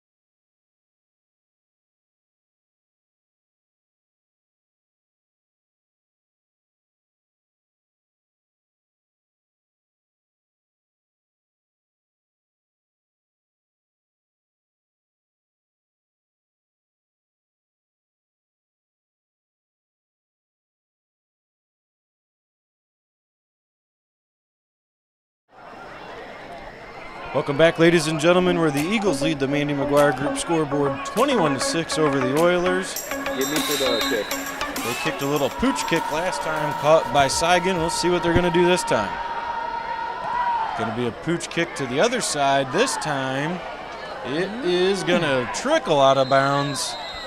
McConaughey was there ready to pick it up if need be. So the Eagles once again are going to have good starting field position, and something that we've dominated all night tonight. We haven't really been backed up at all. Looks like they're doing a re-kick. I knew that. I think you can either take it from the 40 or a re-kick, right? If it goes out of bounds. I don't know. And now they kick it from the 35.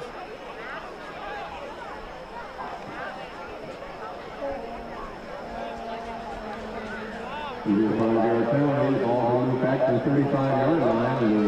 it again. So we'll try this again. Let's see if McConaughey can pick this one up. It's going to be an onside kick this time, picked up by Brewer. Nobody else but Owen Brewer.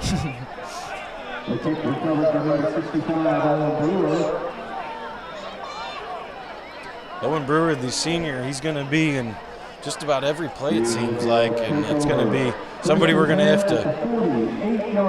to fill in next year, but he's making his presence known this year. Once again, let us know where you're listening from and watching from. Coach Sandstrom mentioned that it's going to be awesome having his parents be able to watch the games from 3.5 hours away, and it's what we enjoy about doing this. Doubles to the right side, sniffer back right. Pistol back is McConaughey. It's going to be a handoff up the middle. And nowhere to go for McConaughey as he is hit right at the line of scrimmage. And I looked straight at the sideline after that play, and you saw Travis Ampson wasn't really happy with that one. Coach Ampson working with the line a lot. Someone must have missed a block there on a pull. That was just a simple. We see that play all the time. Just a simple little inside zone with McConaughey, and someone must have missed a block there. So we're no gonna gain. McConaughey wanted to go empty. He's going to go back by Vagley, under 10 seconds on the play clock. Going to be a wheel route, it looks like. We got the middle of the field open again. It's going to be caught by Hicks. He's going to be brought down after a gain of 6, and that's going to bring up a manageable 3rd down and 4. Vagley was looking to go deep there to McConaughey, it looked like. We had McConaughey deep, and he looked like he had Meganson over here. And I think that's why McConaughey was thinking he would go in empty position, so he'd already be out there in that position. Because from him in that running back position, you're kind of not giving it away as much as you are as when you're in a wide receiver position. 5:30 remaining in the 3rd quarter. Eagles lead at 21-6, 3rd and 4. Going to be a straight handoff to McConaughey. He's going to follow his blockers. Attaboy. He's going to get enough for a 1st down. He's going to be brought down in bounds. But it's going to be 1st down, Eagles.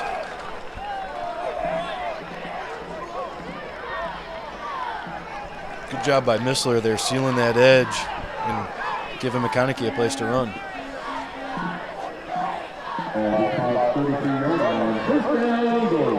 Same formation, same play. McConaughey's going to bust it to the outside once again. He's going to get another 5-7 yards and bring up a 2nd and 2. You going for it here? 2nd and 2, take a shot. You saw Vagley throw an interception earlier just because he didn't throw it early enough. But I think you're staying on the ground here with McConaughey. These last 2-3 plays, he's looked pretty good with the line blocking in front of him. So I'd give him a chance to punch another one in Missler's out wide. It's going to be a stretch play to McConaughey. No, it's not. It's going to be a run to Vagley, who's going to make a great attempt at running over a guy. And he's going to be tripped up, and it's going to bring up a 1st down and 10 inside the red zone.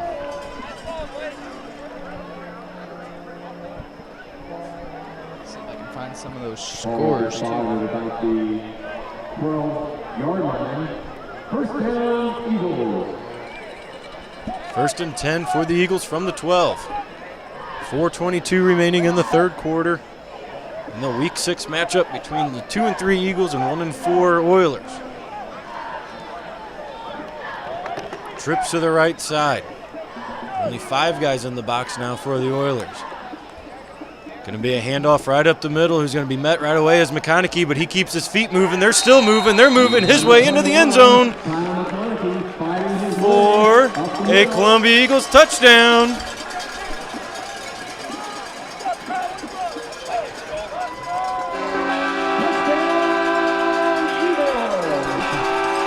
Once again, a late call by the officials. I gave it to McConaughey, and I don't even know if the officials knew that it's a touchdown.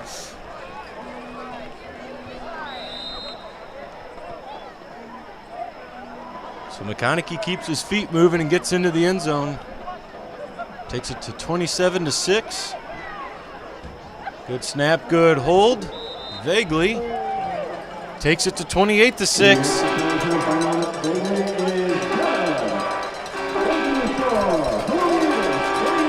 What do we got for scores here tonight, Jared? At the half, Central was leading Salem 7-0. Waterloo is beating Jerseyville 21-8 with 4 minutes to go. That's a team we'll play at the end of the year, isn't it? Jerseyville. Yep. And we still got. So who else we still got on the schedule? We still got Salem. We go to Salem next week. And we got Breeze at home. And then at Jerseyville. Got to get the 5 wins as the magic number to get you playoff eligible. Then it depends on the playoff points, and I think we should have enough playoff points, which is your opponent's wins added up. Yep. Freeburg's leading Roxana 27-7. That was 7-6 Roxana. 21 unanswered points by Freeburg. Highland leads Civic Memorial. And Columbia leads East Alton-Wood River. Vaguely sends it deep, and it will be down at the 4 and go into the end zone, where the Oilers will take over from the 20-yard line with 3 minutes and 58 seconds remaining. If I can look at the stats real quick, Vaguely, he's been putting the ball in the end zone more times than not, it seems like, lately. Yeah, the first week or two, we were talking about how the returning team would get the ball almost to midfield, if not the opposing 40. So it's good. It's good to start off your defense out on the 20-yard line and not give the other team good field position to start off their drive. Vaguely averaging 50 yards, 49.5 yards a kick, and punting for 40 yards a kick.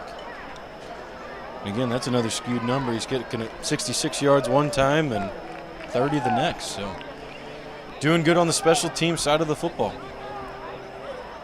Empty backfield this time for the Oilers. Nope, they're going to send the sniffer back to a running back. And a timeout. East Alton. Oilers.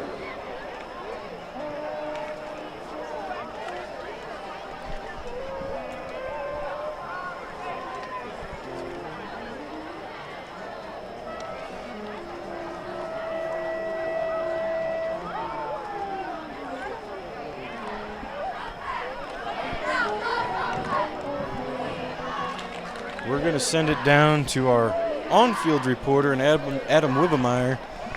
Wibbs, what was the feeling coming out of the locker room here in the second half?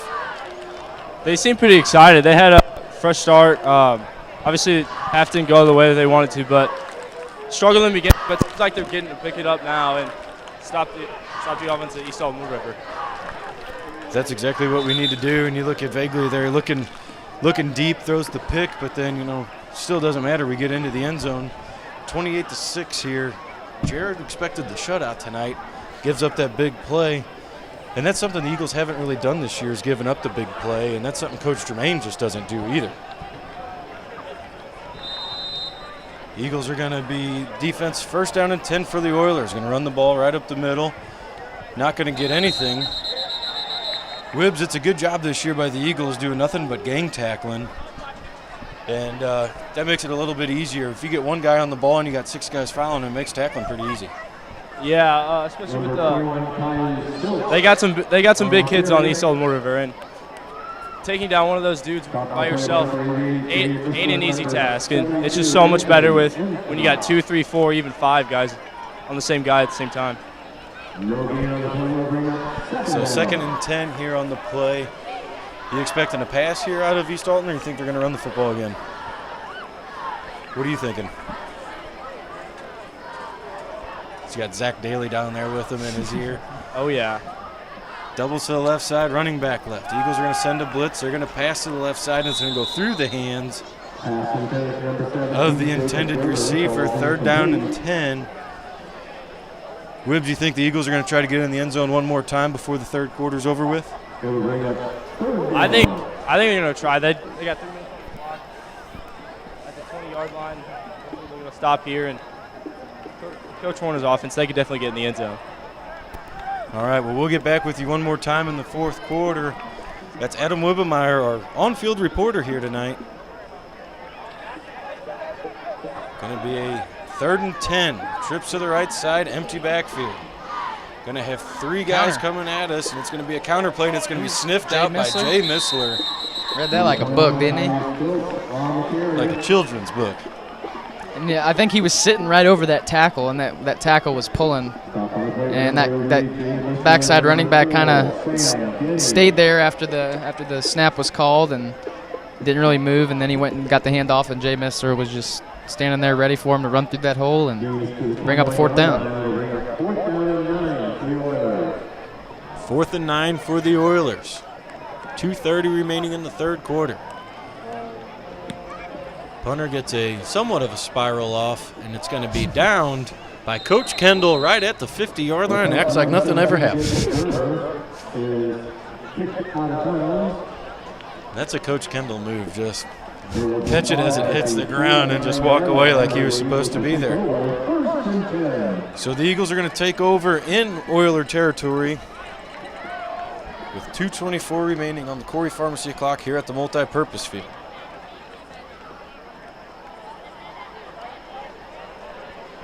I think you take a shot here. You're within distance of making it. I'm running the clock down. You're taking the clock down? Mm-hmm. Man, I like points, especially whenever I had it 30. No, what I have, 41-13. I need a couple more points. Doubles to the left side. Running back to the right. We're going to fake the handoff to the left. Vagley's going to keep Get a it block to the out right. there. He's going to make one man miss. He's got enough for a first down. He's going to get inside Oiler territory and make it to about the 28 on a very good run by Vagley. Looked like Carter Hicks might have missed a block out there, but Vagley made a miss and picked up the first down. Move us inside the 30-yard line. See if we can put another 6 up here before fourth quarter comes upon us. Trips to the left side. Going to be a stretch play coming here if I had to guess. You look how far Missler is, and it's going to be a stretch play to the left side. McConaughey's going to have to make one man miss and get slung to the ground. Great play by number 35 making the tackle. That was a Dylan Hildebrand tackle right there. I swear, every time we played the game of football, that dude literally just grab you by your shoulder pad and just throw you on the ground. He never wanted to wrap up. It would hurt too because you get slung to the ground. I'd rather get hit by the guy than that hit on the ground does not feel very good. Empty backfield for the Eagles. Seigen's the far out receiver. Everybody's looking deep. They got a man in the end zone. It's McConaughey, and it's incomplete. Half a yard too far. That would have been a heck of a grab. Yeah, that's your chance to make it on SC top 10 right there. Could you imagine if one of our calls got on there? On like the Sports Center top 10, and we're calling it up here. It could happen. We got to see if Mr. Nickerson will send him off to ESPN for us. That'd be pretty awesome. Looks like a little bit of the crowd trickled his way out. Most of that crowd in that beginning was those cheerleaders and the Blue Jay kids start off the night. 3rd and 6 for the Eagles. Doubles to the left side, sniffer back left. Going to be a run play with Vagley. He's going to keep it. He's going to make a spin move. Going to try to make a juke, and he's going to get enough for a first down as he is down at the 15-yard line. Good for another Columbia Eagles first down. And when you run those RPOs there, you got 3 options there. I mean, you can hand it off to McConaughey there, Vagley, which he does a lot of the time, pulls it and keeps it and runs the opposite way. Or the third outlet on that is sometimes you have a wide receiver kind of floating in the middle of the field like a little stick route or a little drag route across the middle. Doubles. Gonna be quick hitches. This one caught by Colin Seigen. Keeps his feet moving and he's wrapped up right away. Good tackle on the play. It's good for 4 yards. CJ Schlemmer comments, listening from the Aces Wild headquarters. He's getting ready for that rib war tomorrow. You coming up? I have work, but maybe after. Come get some lunch. Yeah, I could. 2nd and 6. Eagles trying to punch it into the end zone once again. We're looking into the end zone. It's going to be a slant to Carter Hicks. He's going to get to the 5, to the 3, and he's going to be brought down and give the Eagles a 1st and goal. And I think that's going to do it for the 3rd quarter as there's only 15 seconds remaining. As the official winds the clock, I don't think Coach Horner sees how much time's on the clock. Now you got Coach Jermaine in his ear telling him, let it go to quarter, Coach. The quarter. And that's going to do it. At the end of 3 quarters, the Eagles lead the Oilers on the Mandy McGuire group 28-6. We will be back with 4th quarter action right after this.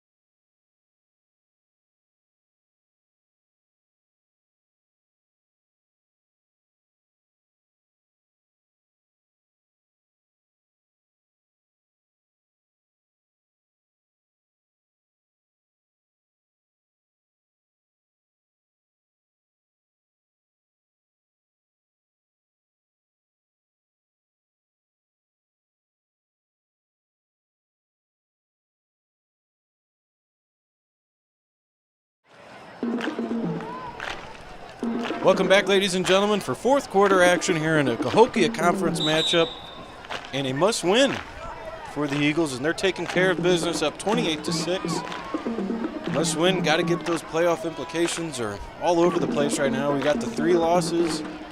You can get in at 5-4, but it's not pretty if you do all the time. So if we get to that 6-3, it's possible.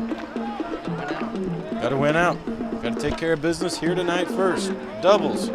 Running back left. First and goal from the 3. Going to be a pass play on a quick hook, and it's caught by Colin Seigan.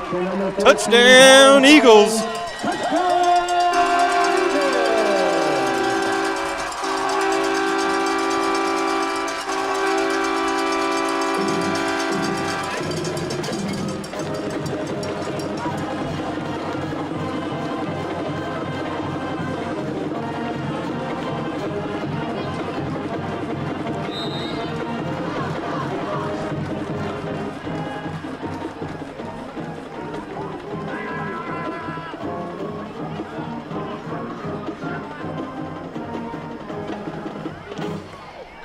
Vaguely taking his time getting set.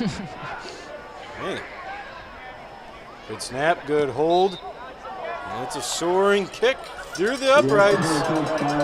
Hey man, those kickers gotta get it right. Every step matters. Just walk back there and kick it. That takes the Manny McGuire Group scoreboard. Eagles 35, Oilers of East Alton 6. Cheerleaders got their work cut out for them tonight.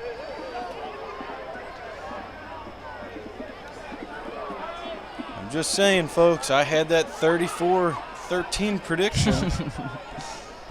We're sitting at 35-6. Will you give it to me if I'm off by a point on each one? Yeah, I'll give it to you. I appreciate it. We got to give up one more touchdown. I don't want to do that.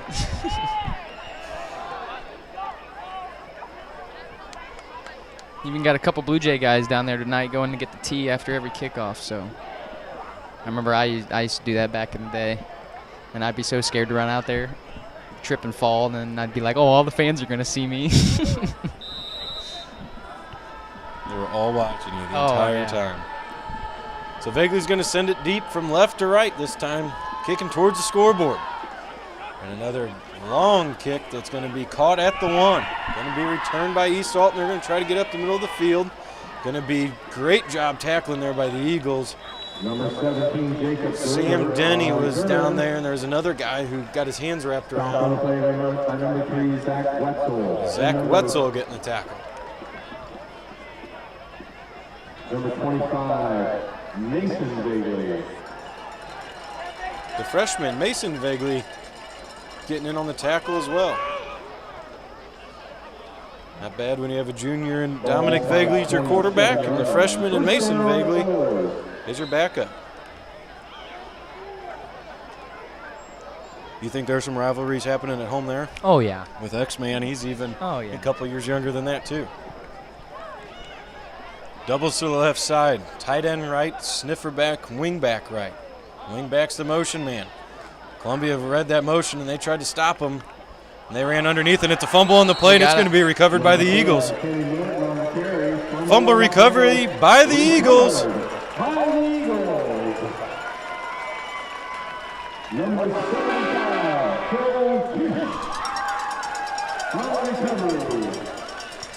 Officials getting together now.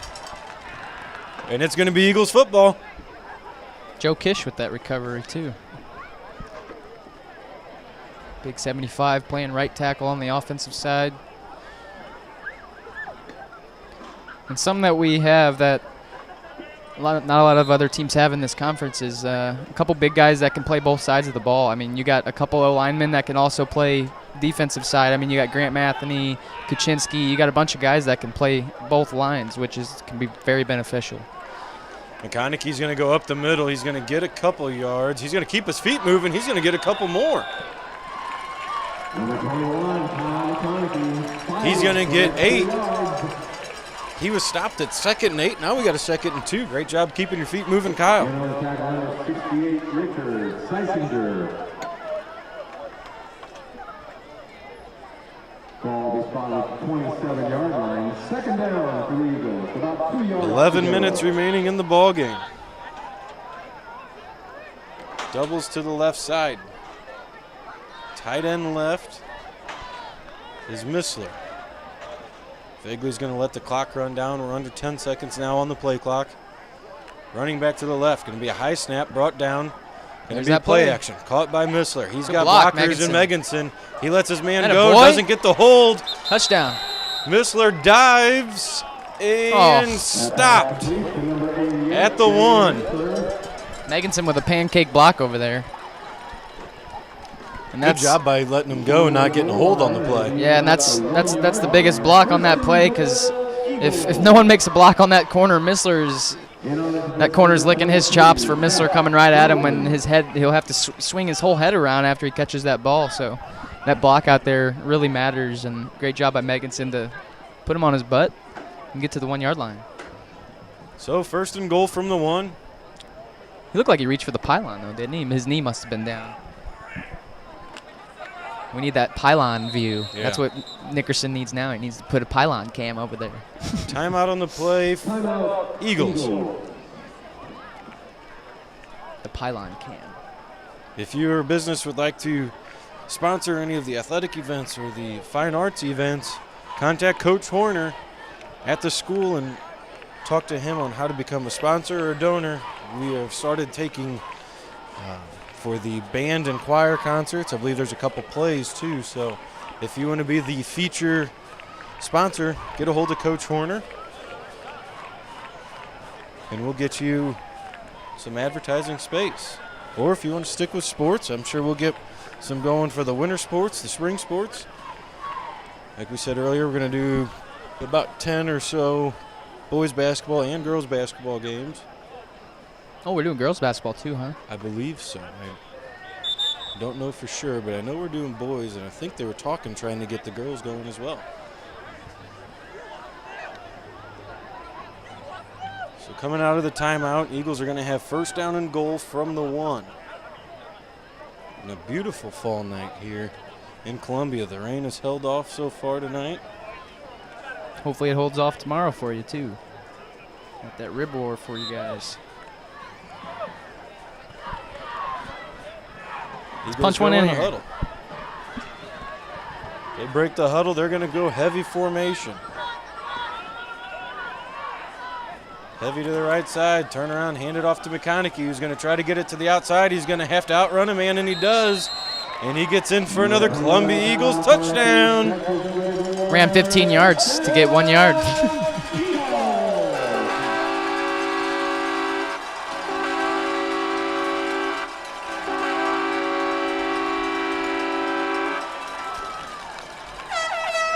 I guess you could say he likes bouncing it out a little bit.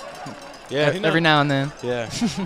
How many times has he stayed between the tackles, you think, this year? Oh, man. I mean, when he bounces it out, though, he makes guys miss and he reverses field. Great on his feet and great vision. McConaughey with his 2nd or 3rd touchdown of the night. Good snap, good hold, another booming kick. And that takes us with 10 minutes and 36 seconds remaining on the Corey Pharmacy scoreboard. Eagles 42, East Alton-Wood River 6. So now both of our predictions are wrong. Maybe 1 week we will, Alex. Maybe 1 week. See if I can find some more scores here around the area.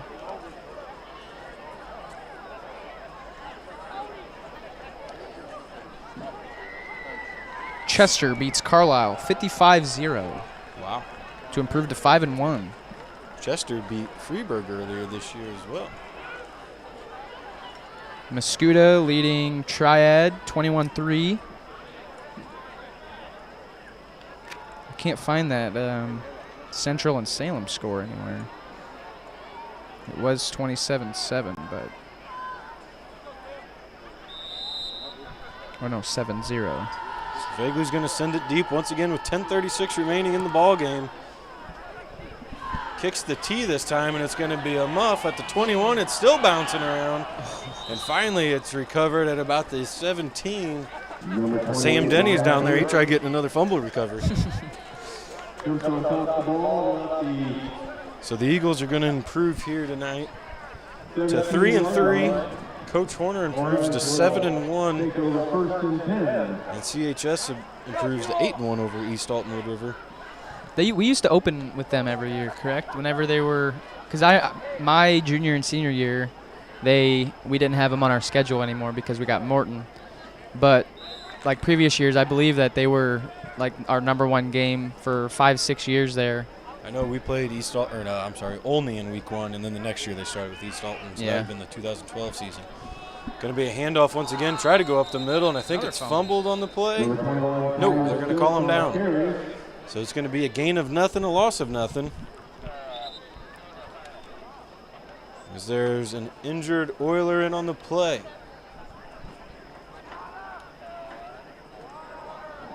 We're sitting with 10:18 remaining in the ball game. We're going to head to a break with the injury, and we will be back with the remainder of the game after this.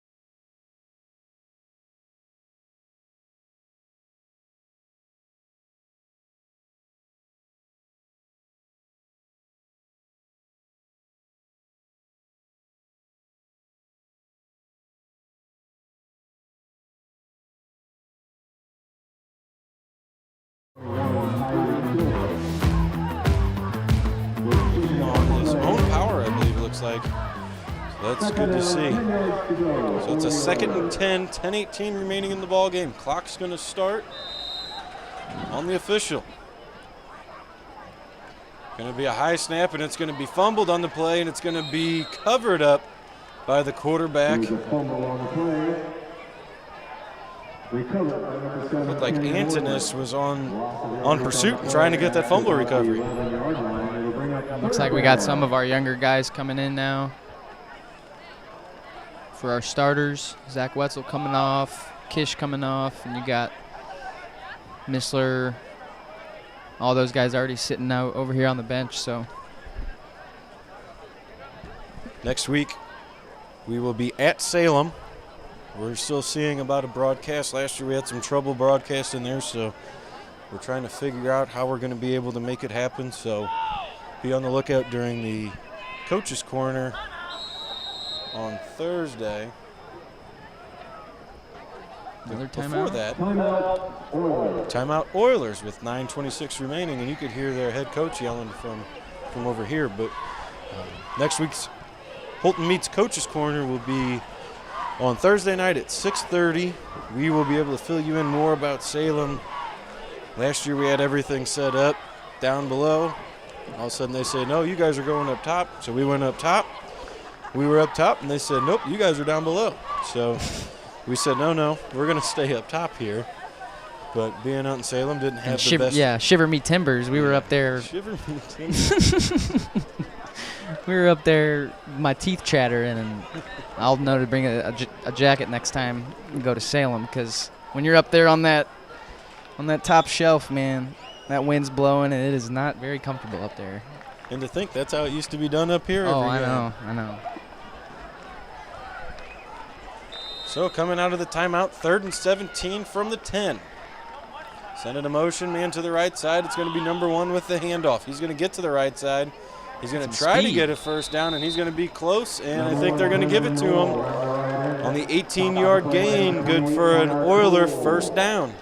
He was flying around that edge. It was just a simple jet sweep there, and what was that, about 3rd and 20-something? 3rd and 17. Picked up the first down. Clock keeps moving, 9 minutes remaining in the ball game now. As it's been all the Eagles all night. Coach Baker and Coach Stumpf made their way down to the sideline from the press box. Ball on the right hash, going to be a handoff to number 24 once again. He just lowers the boom. Brought down by number 15 and 25. Hayden Habermill and Mason Vagley. I'm sorry, it's 24, Chase DeQuazy.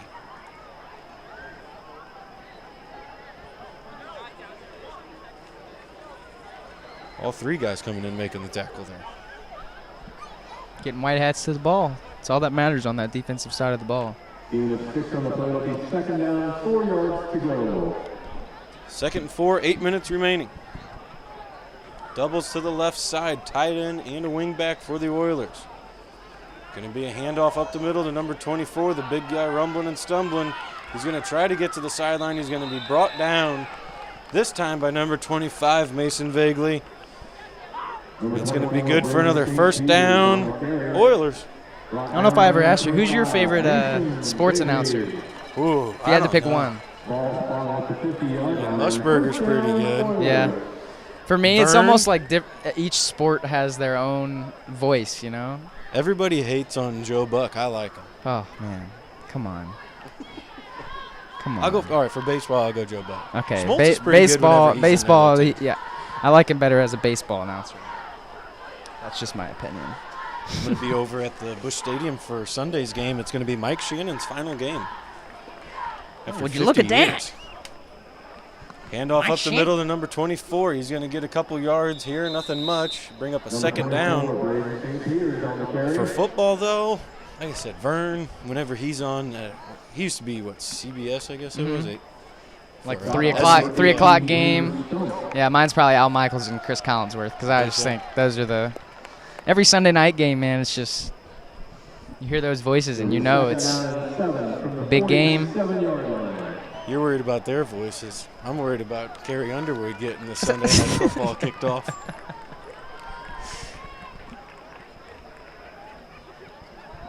Second and 8 for the Oilers. Going to hand the ball off up the middle to number 24. He's going to find a cutback lane. He's going to gain 6. If we're talking basketball, it's without a doubt, what's his name? Bill Raftery. Onions! That guy.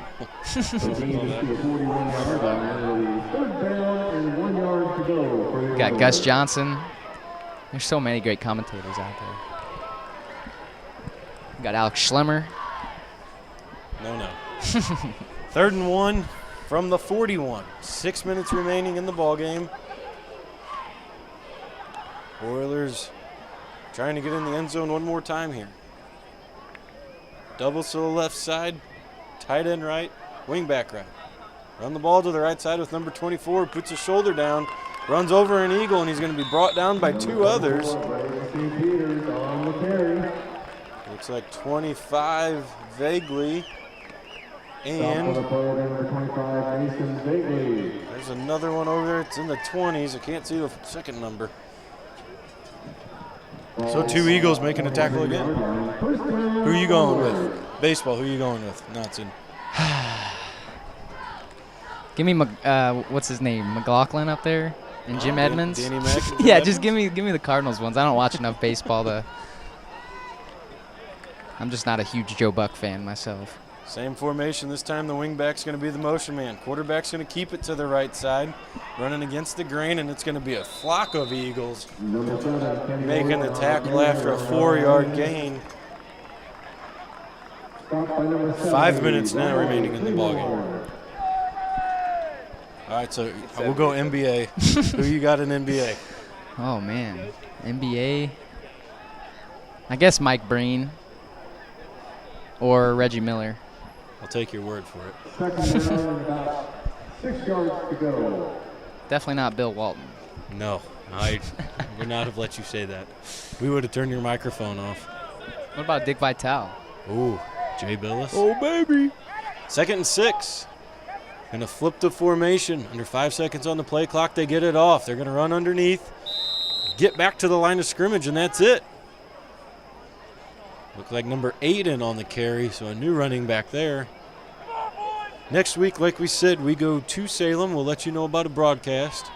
After that, we come home for homecoming and senior night on the 16th of October versus the Central Cougars.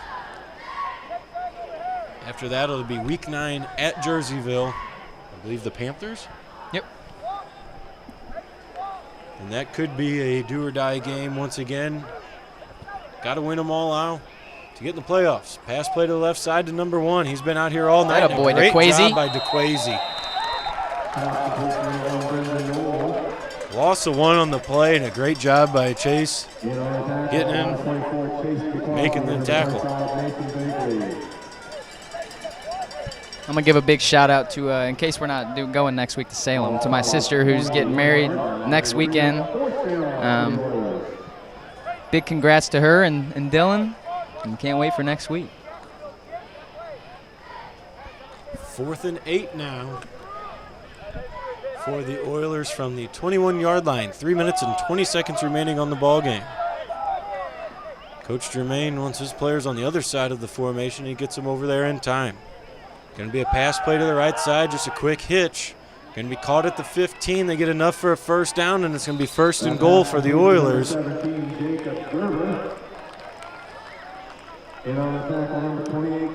Come on, don't let them score another one here. Wood River averaging 7 points a game. And Columbia giving up what?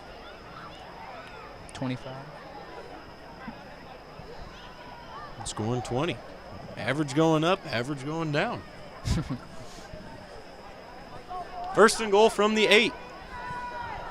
2 minutes and 40 seconds remaining in the ball game. Eagles are going to have 7 men in the box. They're going to hand it off to number 8, who's going to bend it to the outside, and he's going to get in for a touchdown. Oilers.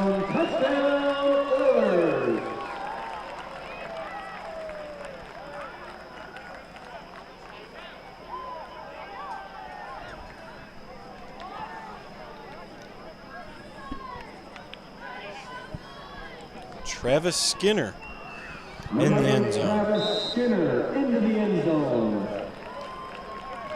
They're going to go for it.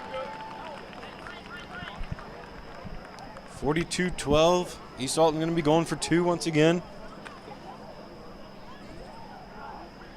How many did you do a push-up count tonight? I did not. We can You do did it real not? quick. He does a push-up count every week with the cheerleaders.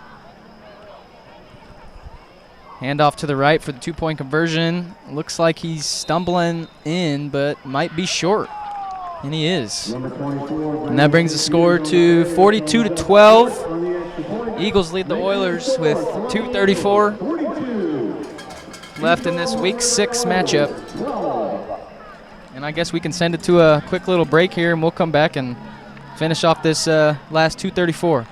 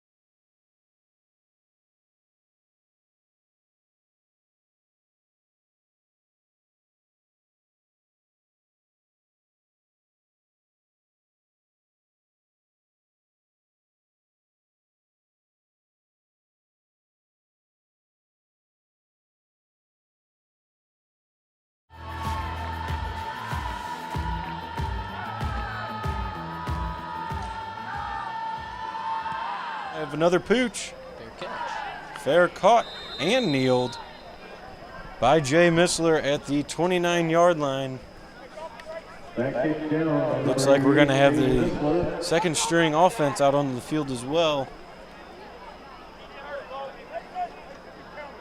Ball is followed about the 29-yard line. First down, Eagles. I'd imagine the Eagles keep it on the ground, keep that clock moving, and hopefully end up in a victory formation here. We done with Wibby for tonight? We're done with Wibby for the night.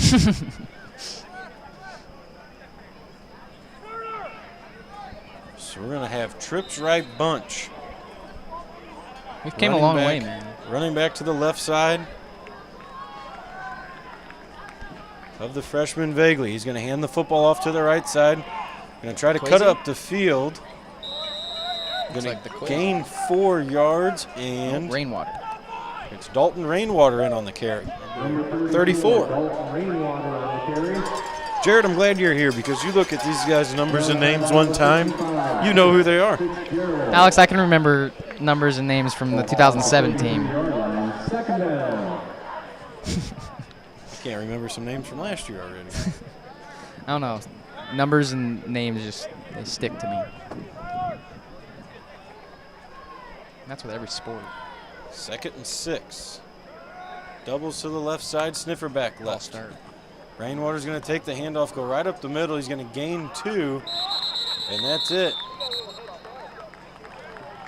Like you said, looked like Rainwater got a little bit of an early start there, but not calling anything. Hey, we didn't get any rainwater tonight. That's a good thing. So who's your player of the game, you think, tonight? Oh, man, I mean, just from the flashes and the amount of yardage, I mean, McConaughey was all over the place tonight on the offensive side of the ball. On the defensive side, I mean, you had hats to the football all night. Our whole D-line, I think, played really well. The first couple drives didn't look very strong. We were kind of letting Wood River run all over us.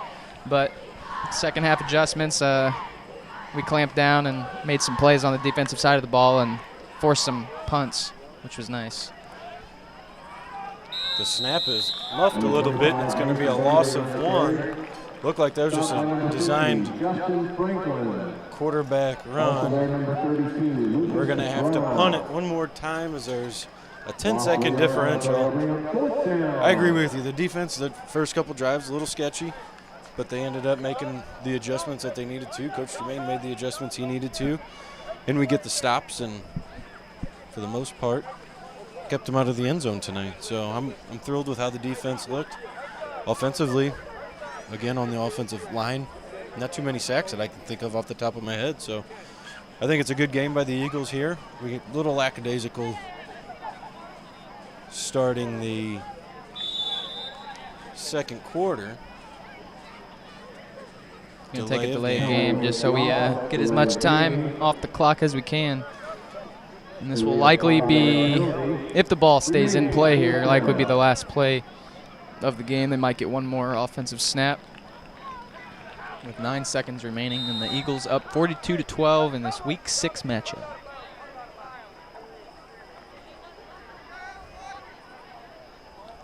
Vaguely on the punt. Dominic this time on the punt. He's going to get a big punt off from the 20, and it goes out of bounds at the 25. 1 second on the clock. With 1 second remaining. That had 8 seconds of hang time there? Looking at our comments here, CJ Schlemmer, Jack Buck, we will see you tomorrow night. And then son, so Jack did that back in 2004, I believe it was. And then we all know the 2011. David Freese, and that was his son Joe Buck calling it. So I think I can agree with that. That gives you chills anytime you watch that play. So. People sleep on the hit by Berkman that put us in that position. I think that was the same game. Yeah, I think because we were down like 9-6, and he got like a double and scored like 2 or 3 runs. We're talking baseball right now, Alex. Hey, it's that time of year, postseason baseball. Cardinals got in. I'm losing to the Cubs right now, but that doesn't really matter. You are losing right now? Yeah, 3-2. At least Alton's going to run one more play. up the middle to number 8. He's going to try to make a couple men miss, and he's going to be slung down to the ground. And that's going to do it. Week 6 goes to the Eagles as they beat the Oilers on the Mandy McGuire Group scoreboard 42-12. Improved to 2-1 in the conference, 3-3 overall, keeping themselves alive for the postseason. Going to have to win out, going to have to win 2 of 3 if they want to get in. So Eagles got the job done here tonight. A good game all the way throughout. No real complaints, and good thing we stayed healthy, and we're going to have to come back next week at Salem. And that's a long bus ride up there for those kids, and that's going to be a big game because next week, the next 2 weeks after that, I mean, you got Bree Central at home, who's always going to be a good game, and then you got to go to Jerseyville, and you never know what can happen up there. I know whenever I was a senior, we played up there. Refs didn't really like us. Walked into that building probably down 14-0. So anytime you gotta win games, and you just gotta rally the troops, and you gotta get your guys ready for the next week. You can celebrate this one tonight and this weekend, and then Monday you gotta come ready to work for a pretty good Salem team. That's a big thing. Those spirit sprints start on Monday afternoon. Can't take any off at this point of the year. I mean, everybody's out for the same goal and the same thing. And you just got to take it 1 week at a time. So, and it's already week 7, Alex. This year is flying by, and next week is already week 7. So 3-3 Eagles now, though, back in the 500 position, which is always a good sign and makes the coaches a lot happier, makes the players a lot happier, and definitely makes our job a little bit easier when we're winning games. So great job tonight. Well, that's going to do it for us from up in the booth. I'd like to thank you all for watching and tuning in. And once again, support everybody who supports us. Go to our sponsors. We ask that you keep it local, especially now with everything that's going on. So next week, tune in for the Holton Meets Coaches Corner at 6:30 on Thursday night. And if you're not doing anything tomorrow, one of the other sponsors, the Aces Wild pregame show. Aces Wild has their rib war tomorrow starting around 12 o'clock. Everybody's going to be up there between 11 and 12, so come on up, get some barbecue, and we'll see you for a good time from Aces Wild. So that's going to do it for us up here tonight. Eagles win this one 42-12. We'll see you next week. Go Eagles, baby.